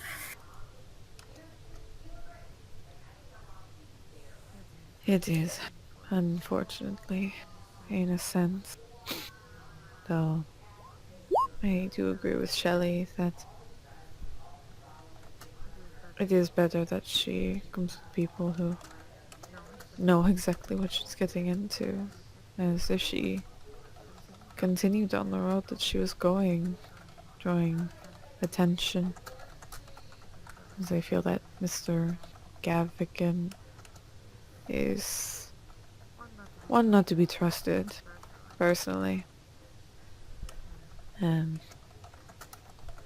I think telling him about the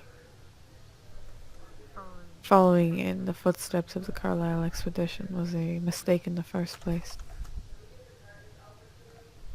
He does not seem to be the trustworthy type. Then again, I am suspicious of everybody. As you should be. Well, if we're all rather in agreement on that, I suppose all we have left to do now is to wait to hear back from her. What time is it? I can't tell looking out in that fog. They just take out his pocket watch. It's now about 4:30.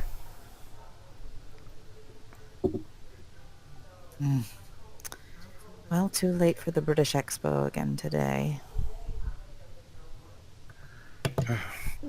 Maybe we could go to the library. I would like to look up the moon phase, the night that we were in that basement. Ah. Shelley starts to think back. I can't quite calculate it in my head. That is an interesting point. Do you wish to go to the local museum or back to the Penhew Foundation? No, not the Penny Foundation. There's a local library we can... One very close, actually, we can go to.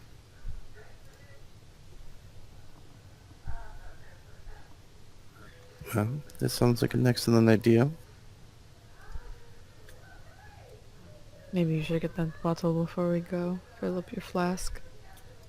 Yes, well, I think I might have to pay him a visit on the way out the door. Okay. Hmm. So you're heading over to the library? Mhm. Alrighty. Um, it's not hard to get there. I assume you'd probably want to take a cab. The If it's still rainy. Yeah. it's very very damp. It's not raining, but the air is very misty and still foggy, so it's kind of wet and clingy and unpleasant. The sounds echo strangely in the fog. None of you have probably ever been in this kind of thick fog before, where it's hard to tell where noises are coming from, and there's echoes, and it's not a very pleasant experience. But a cab can easily get you to the library, so you are there. And Natalia, you're going to be looking up phases of the moon. Do the other two of you want to do anything?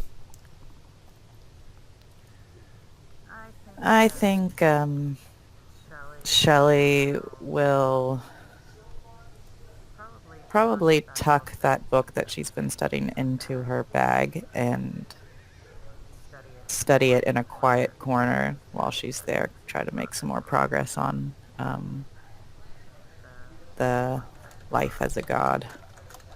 Okay. And if she's there and she needs if anything there would help her with that, she might try to look for that.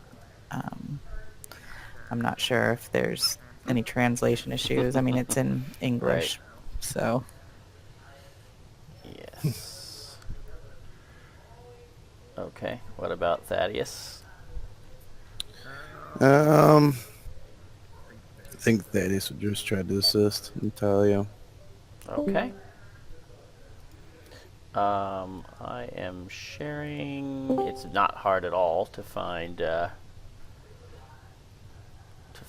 some information about the phases of the moon. I'm just gonna put it in general.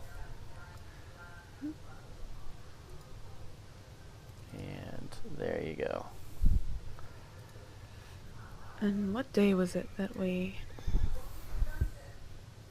27th or the 28th. It was a Saturday night. Oh, that's right. It was the 24th. Mm-hmm. Yep, new moon. Yep, new moon.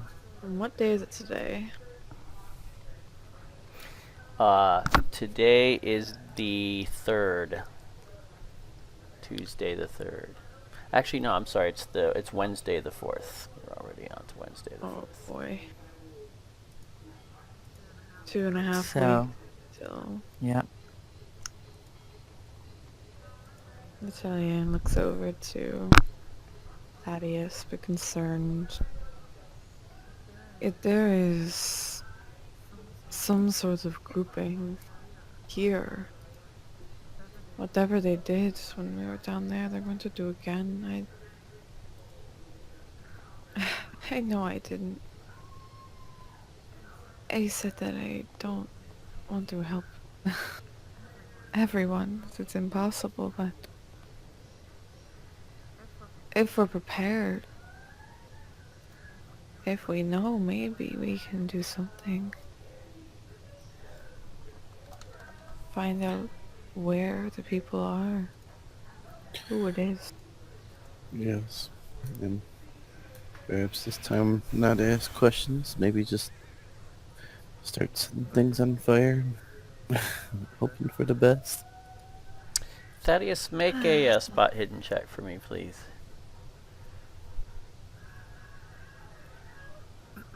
Let's see how blind Thaddeus is. Very. All right. Yeah. Thank you.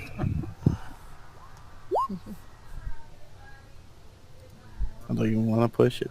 You know, it's one of those things. Strain your eyes. It's not really something you can push. You didn't know you were gonna do it.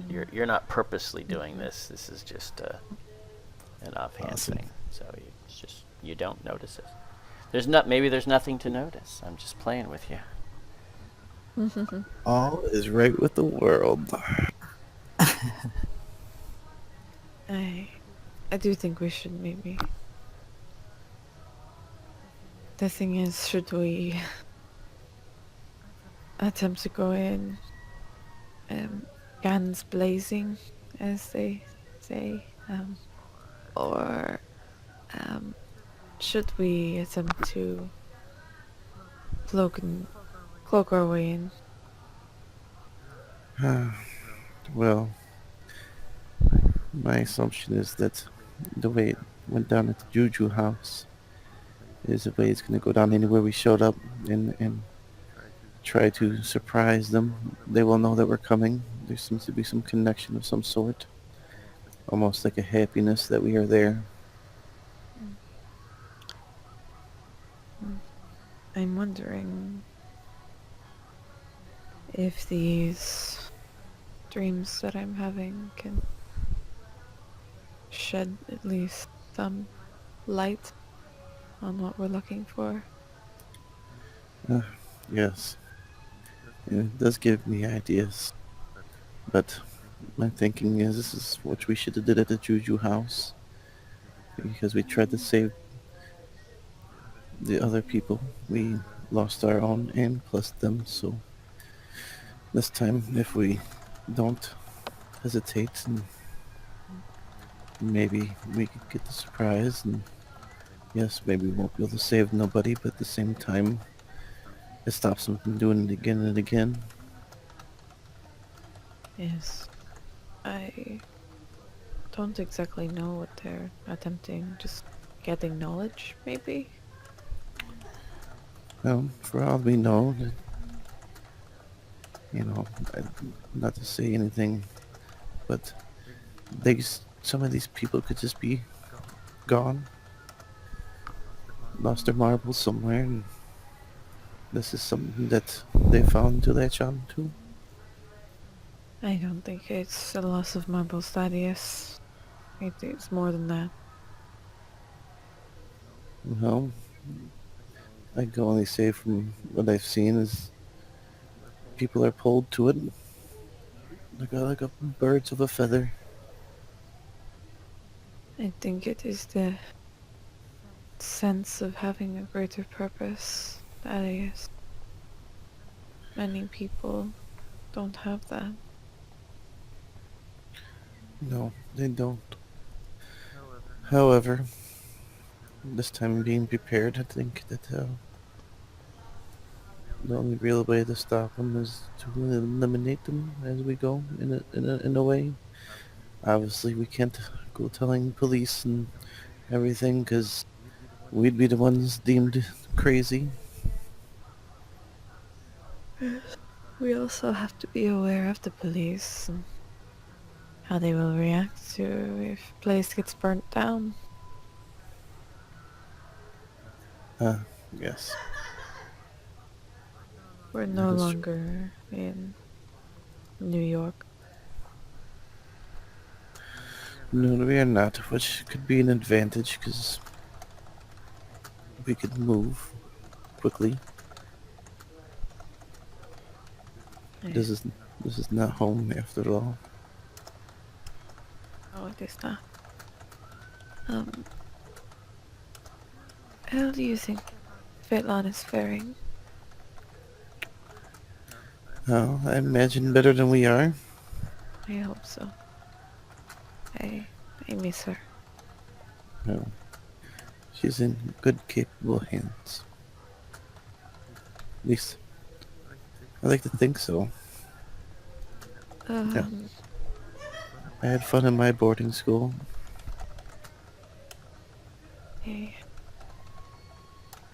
I just hope I make it back to her. Well, I have no doubt you will. And Natalia smiles and closes the book. I am Not sure what else to research at the moment without going back to the Pantheon Foundation, and I don't know, digging through novels, though it's hard without the guidance of Alice. Yes. And would be under some scrutiny there, I'm sure. Most likely, though, it does seem like... does seem like the best place to learn things about where we're going.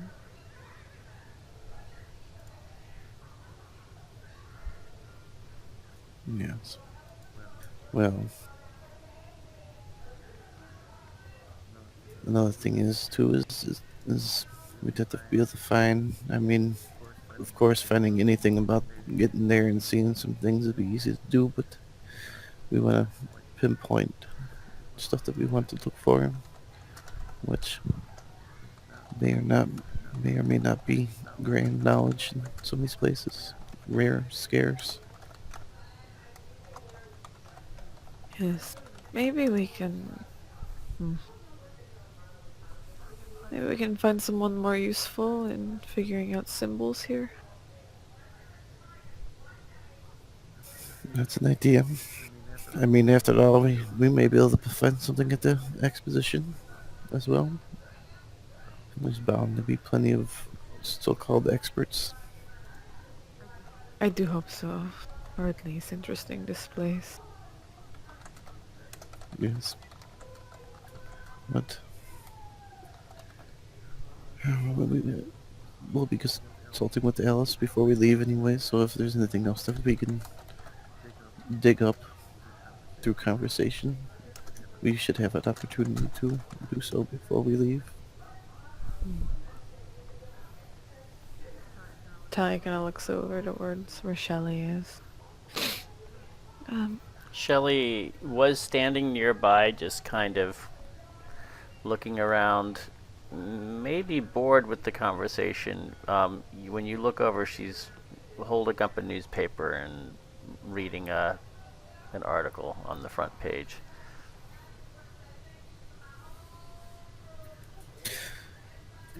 Do try to take it easy with her. She has not experienced the same stuff that we have. Keep that in mind. I understand, Otis. When you...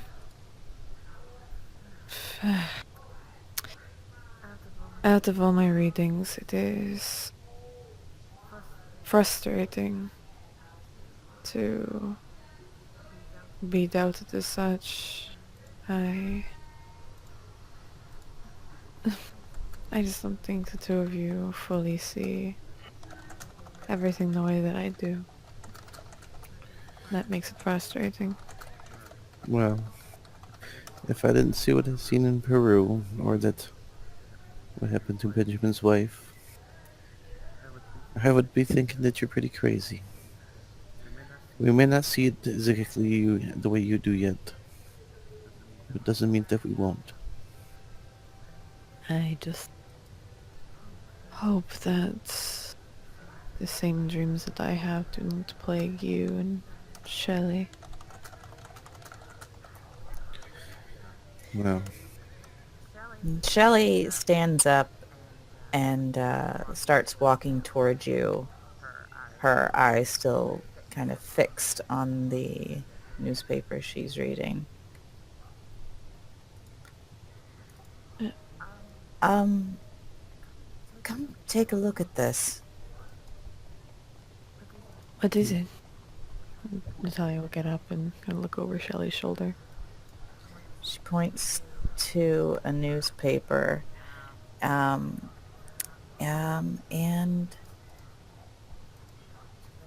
there's some headlines about... One thing, the date is incorrect, unfortunately. It is actually Right. it is yesterday's date. Right.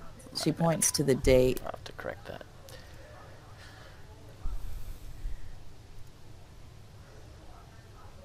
Oh, goodness. And she's scanning it, looking.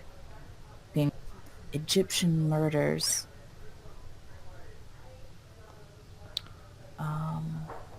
I'm scanning it. Oh, right here. Slaughter continues.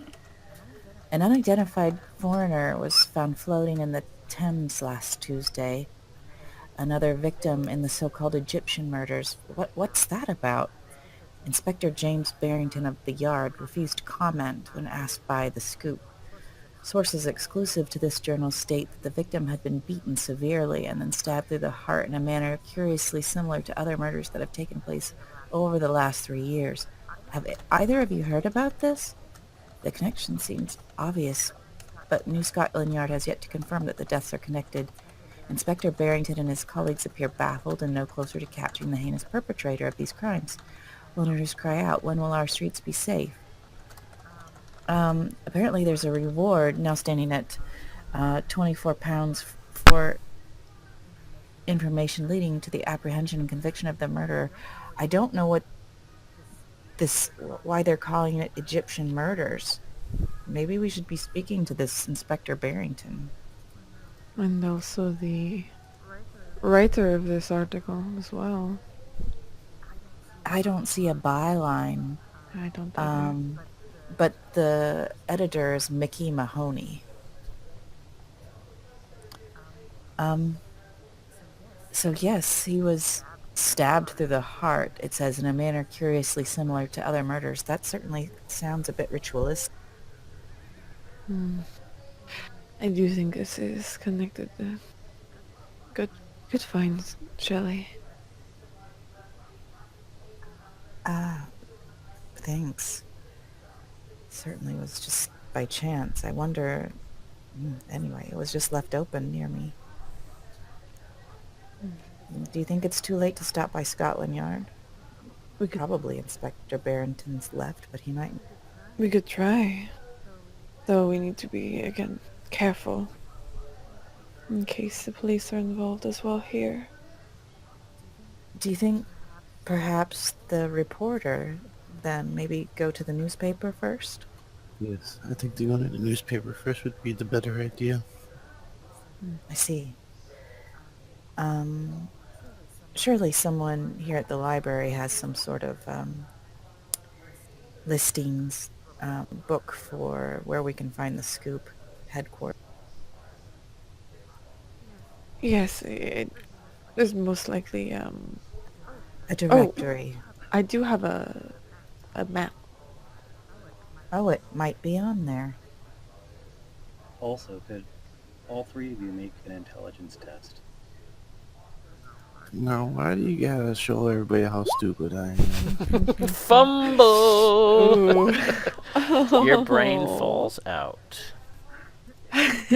But Oh, Shelley, when she says the name again, the Scoop, you recall hearing that name while you were eating with Alice. She had mentioned it.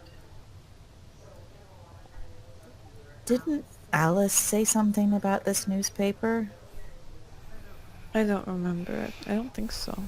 I might have been paying attention to my glass and not the conversation. That is the usual. Well, I don't recall exactly what it was that she was talking about. With a hard success, you actually remember something about mentioning that Elias had said to contact the Scoop if he wanted her, if she thought of anything and wanted to get in touch with him again. Oh, that was it. She said that Elias was somehow connected with the Scoop. Did he work for the Scoop? No, Elias did not work for the Scoop. Maybe he was a source for someone there. Could be a friend. Yeah, it could be. Well, Awesome. maybe. I don't know. Maybe we could get back in touch with Alice. See if she knows exactly the name. Well, the Penhew Foundation isn't very far away. We could walk over and see if she's there. In this... Yeah, let us get damp. Oh, yes. Nice stroll will do us some good anyways, I think.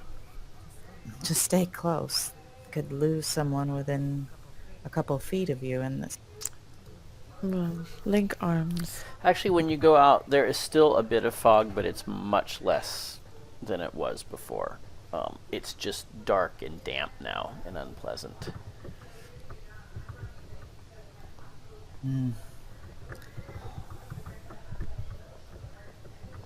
Not exactly an exotic beach vacation, but It's suppose we won't it's melt. also like 7 o'clock, and you do remember. I would assume that the Penhew Foundation is only open till you would either remember 4:30 or 5:30, but it's certainly not open now. Oh, right. No, it's not going to be open. I'm not sure that Alice lives anywhere nearby. Well, I'm not sure that we have the address, right? You do? I'm not sure I'll be able to find it. Again, I have a map. Ah, That might help. well, shall we take a look to see? Well, See how far away she let's is from us. see. Alice, why don't you point to where you live on the map? I'll let you decide. Ooh, fancy. Okay. There? All the way. Oh, that no, was me. no, no, right there. Yeah. I'm just kidding. Scotland. Yeah. In Scotland, yeah. Maybe It's not really too close. far You from just Um, have to jump over that thick black line. It's fine. She's probably like up here. Okay. Mm. Bing. All right, and 9 is Penhew, and where's library? Let's see.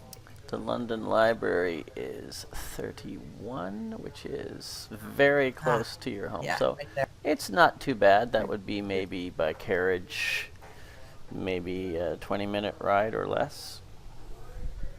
Right. This is a carriage ride, not a walk, though. Heck yeah, This time of right. night. Oh, I need to get some carriage ride sounds. That's what I don't have. All right. Would So, sure, you can make it over to Alice's flat. You're there. And...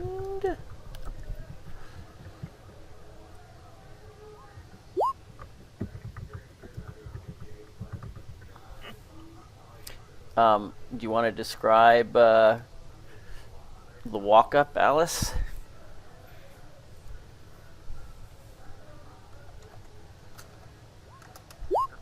Just the outside of the building. Yeah. And then just describe how what it looks like when they come in. What's their impression? Yeah, so walking up, and kind of being dropped off outside of the building, you see it's a few stories tall. Seems to be a building with a collection of lofts. Her loft is number 2B, as you can see. As you climb the stairs to the second floor and see her door, which is kind of which is a nice this is like a nice area, and her door appears to have be a nice oak that seems to have kind of gotten dirty over time and doesn't necessarily seem like it's been well managed or taken care of any time recently. As I'm sure you knock, your knocks echo into the loft beyond, and after a few moments you hear some footsteps and the door opens, and you see Alice standing on the other side. Oh, I wasn't expecting you to call on me so soon, but that's quite alright. Please, Shelley come in.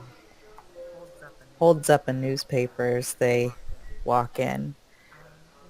We hadn't planned on it, but we ran into something that intrigued us, and I thought maybe you could shed some light on. She opens up the newspaper and shows the article from the scoop. Didn't you say something about Elias and the scoop? Yes, he told me that if I needed to contact him, to contact the editor of the scoop, and that he would be able to reconnect us, as it were. See, I think we might need to go talk to him. Have you heard about these murders? Have I heard about the murders No, recently? you haven't been paying attention to that. You have heard something about Egyptian murders, which would have caught your ear just because it's Egyptian murders, but it didn't really interest you personally all that much. It seemed kind of sensational to you. Yeah. I unfortunately don't know much. I've heard of the murders themselves, but the scoop, it's a bit sensationalist in nature, and I'm afraid I myself and many others of my colleagues don't pay much attention to the stories they publish.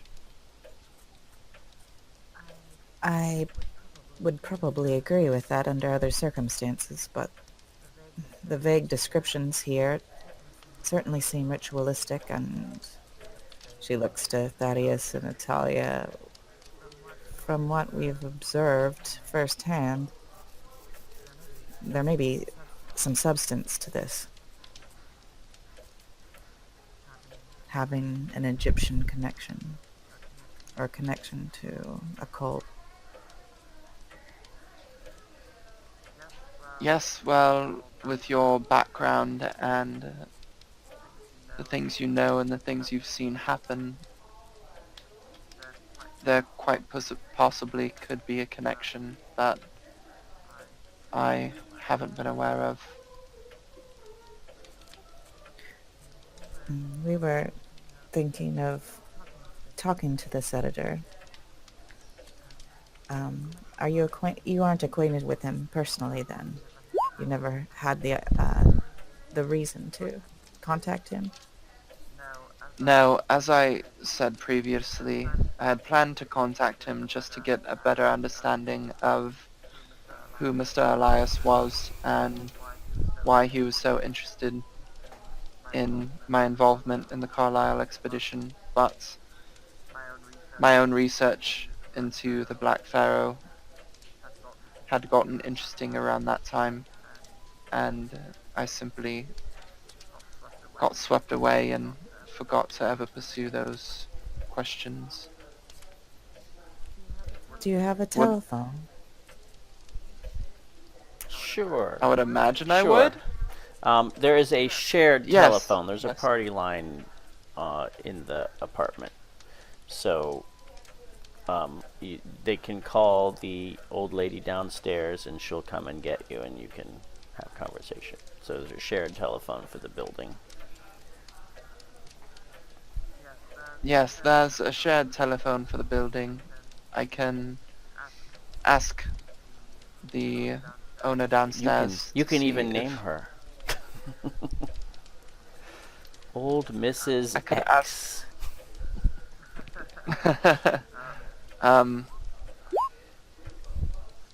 Spot the whole thing.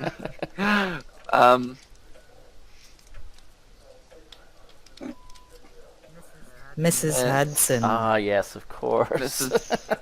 Mrs. Hudson, yeah. I could call Mr. Hudson and see if the phone would be available for our use. Does the newspaper have a number you can call? Are the offices even still open? Well, that was what I was going to determine. Ask the operator to connect us. Mm-hmm. Very well. I can go and ask. Please stay inside, stay warm, and make those make yourselves at home. There are a few chairs you can sit in. I'll return shortly. Thank you. All right, you guys can take a seat and wait. Yeah, as you guys are in there, you can see a lot of it is a bit messy and disorganized. To the untrained eye, there are many shelves on the walls filled with books in Arabic and English on Egypt, and some books even that seem a bit more recent that are on like hieroglyphs and their interpretation, their study, all of that stuff. You see a couple boxes off to the side that are open, full of some like journals and professional notes, and other boxes off on a corner that don't appear to have been touched in quite some time.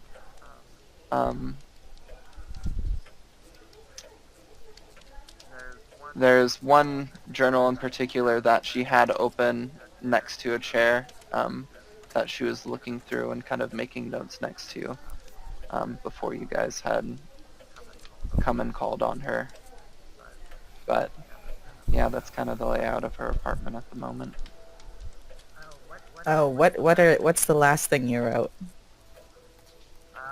The gist of So it. the last thing I would have written on the notes next to the journal are Penhew knew the name Nyarlathotep, and kind of a question underneath of was father suspicious of him? Question mark. And by that time, Alice comes back. You have had a fine talk with Mrs. Hudson. You're always welcome to use the phone. Were you going to try calling the office yourself, or were you just checking to see if they could make the call?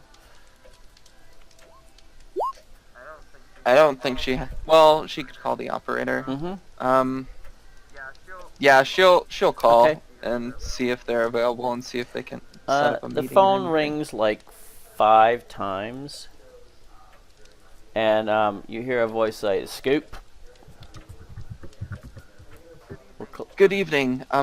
Sorry for calling so late. I was wondering if the editor was available. He's gone home for the night. I'm sorry to hear that. And who am I speaking This to? is Charlie. Charlie. I'll run the presses. thank I'm a bit busy right now, Thank if you you don't for- mind. You can actually I apologize. hear someone say, "Charlie, get your arse back here." I'm so sorry. If I'm wanting to set up a meeting with the editor, would it be better to call in the morning? I don't know, but now's not the time. Just come in the morning. He's always here during the day. And he hangs up. Very well. Thank you so. And then he hangs up, and I don't know if there's like a dial tone or anything. No, not really. Um, It just kind of goes dead. Okay. She'll hang up the phone. Yeah, it's thank not a Mrs. rotary Hudson. phone. You have to go through an operator anyway. So. Yeah. And then Mhm. she'll go back Okay. upstairs.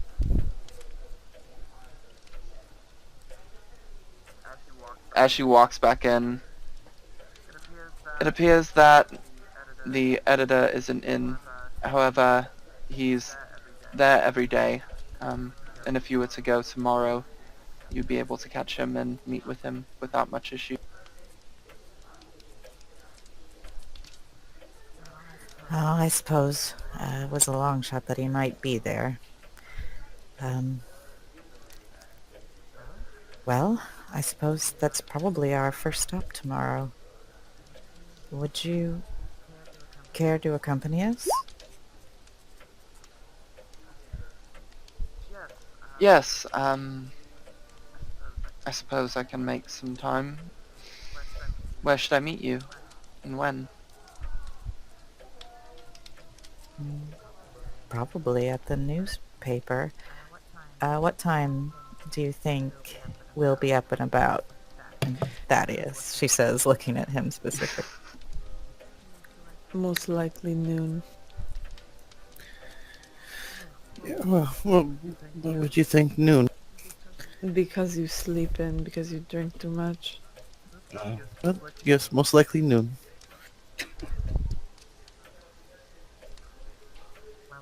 Well, it sounds like noon. At the newspaper, Miss Ho. Very well. I'll see you there. Oh, it's a pleasure. Thanks for seeing us so late yourself. Of course. And I was just doing some research on my own. I'm typically up pretty late.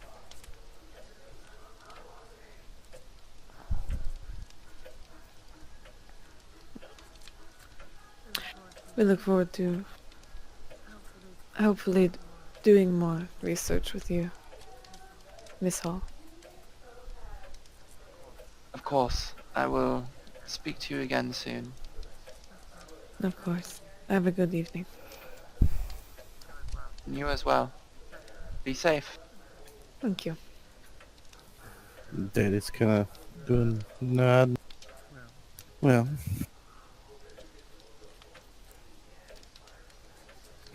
start heading towards the door. Yes. Shelley leaves and gives another polite nod. Natalia waves a bit before heading out into the damp streets, hailing a carriage for the three of them. All right. It's the city is surprisingly, well, not surprisingly, you're New Yorkers, but it is still, fairly alive at night. It doesn't shut down. It is actually the world's largest city at this time. So you return to the hotel. Shall we simply assume you go to sleep for the night? I think we can probably fast forward till tomorrow. Okay. You go to sleep and take it away, Mr. Doc. So you all make your way to your rooms, creaking floorboards, musty, damp wood. And you prepare yourselves, go through your normal routines. Thaddeus having a drink, or sitting on a couch, waiting to just fall sideways until he's asleep on the couch. Shelley maybe looking over some notes. Natalia, your mind racing. You sit there first on your bed as your thoughts trail off to the day behind you now. Natalia, your eyes grow heavy. You decide to lie in bed.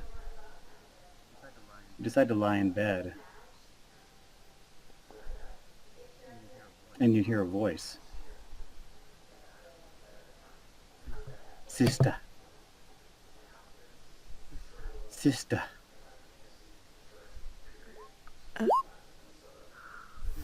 Sister. And you want to scream. And when you try, you can't.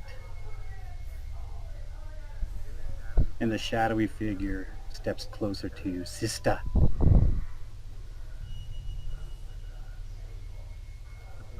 The blankets feel heavy on your body. And the dark, shadowy figure looks down at you. And he says, cry. Last fire will rise behind those eyes. Black house will rock. Blind boys don't lie. Immortal fear, that voice. So clear. And he steps closer to you. You can't move. Through broken walls that scream, I hear. Cry. Little sister. Come to your brother. Unchain me, sister. Love. Love is with your brother. And despite how much you want to cry, despite how much you want to move, you're stuck in bed as one knee pushes up on the bed, and you can feel the weight of the bed pull down as you see him crawl onto it on all fours, making his way closer and closer to you. You masquerade strangers, look on. When will they learn this loneliness? And as he says loneliness, he is 2 inches from your face, and you can feel him breathing on your face. You can see him getting closer, inch by inch. And he just looks at you and says, cry, cry, little sister, cry.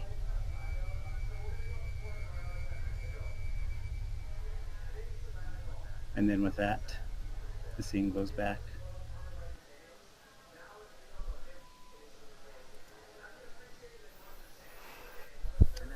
And that's it. Good night, everyone. Sweet dreams. Is that it? That's it for the night, yes. Ah!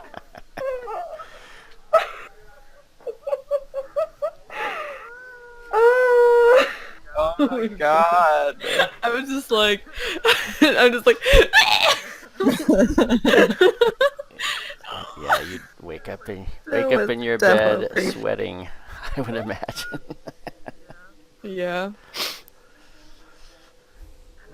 Cry, little sister.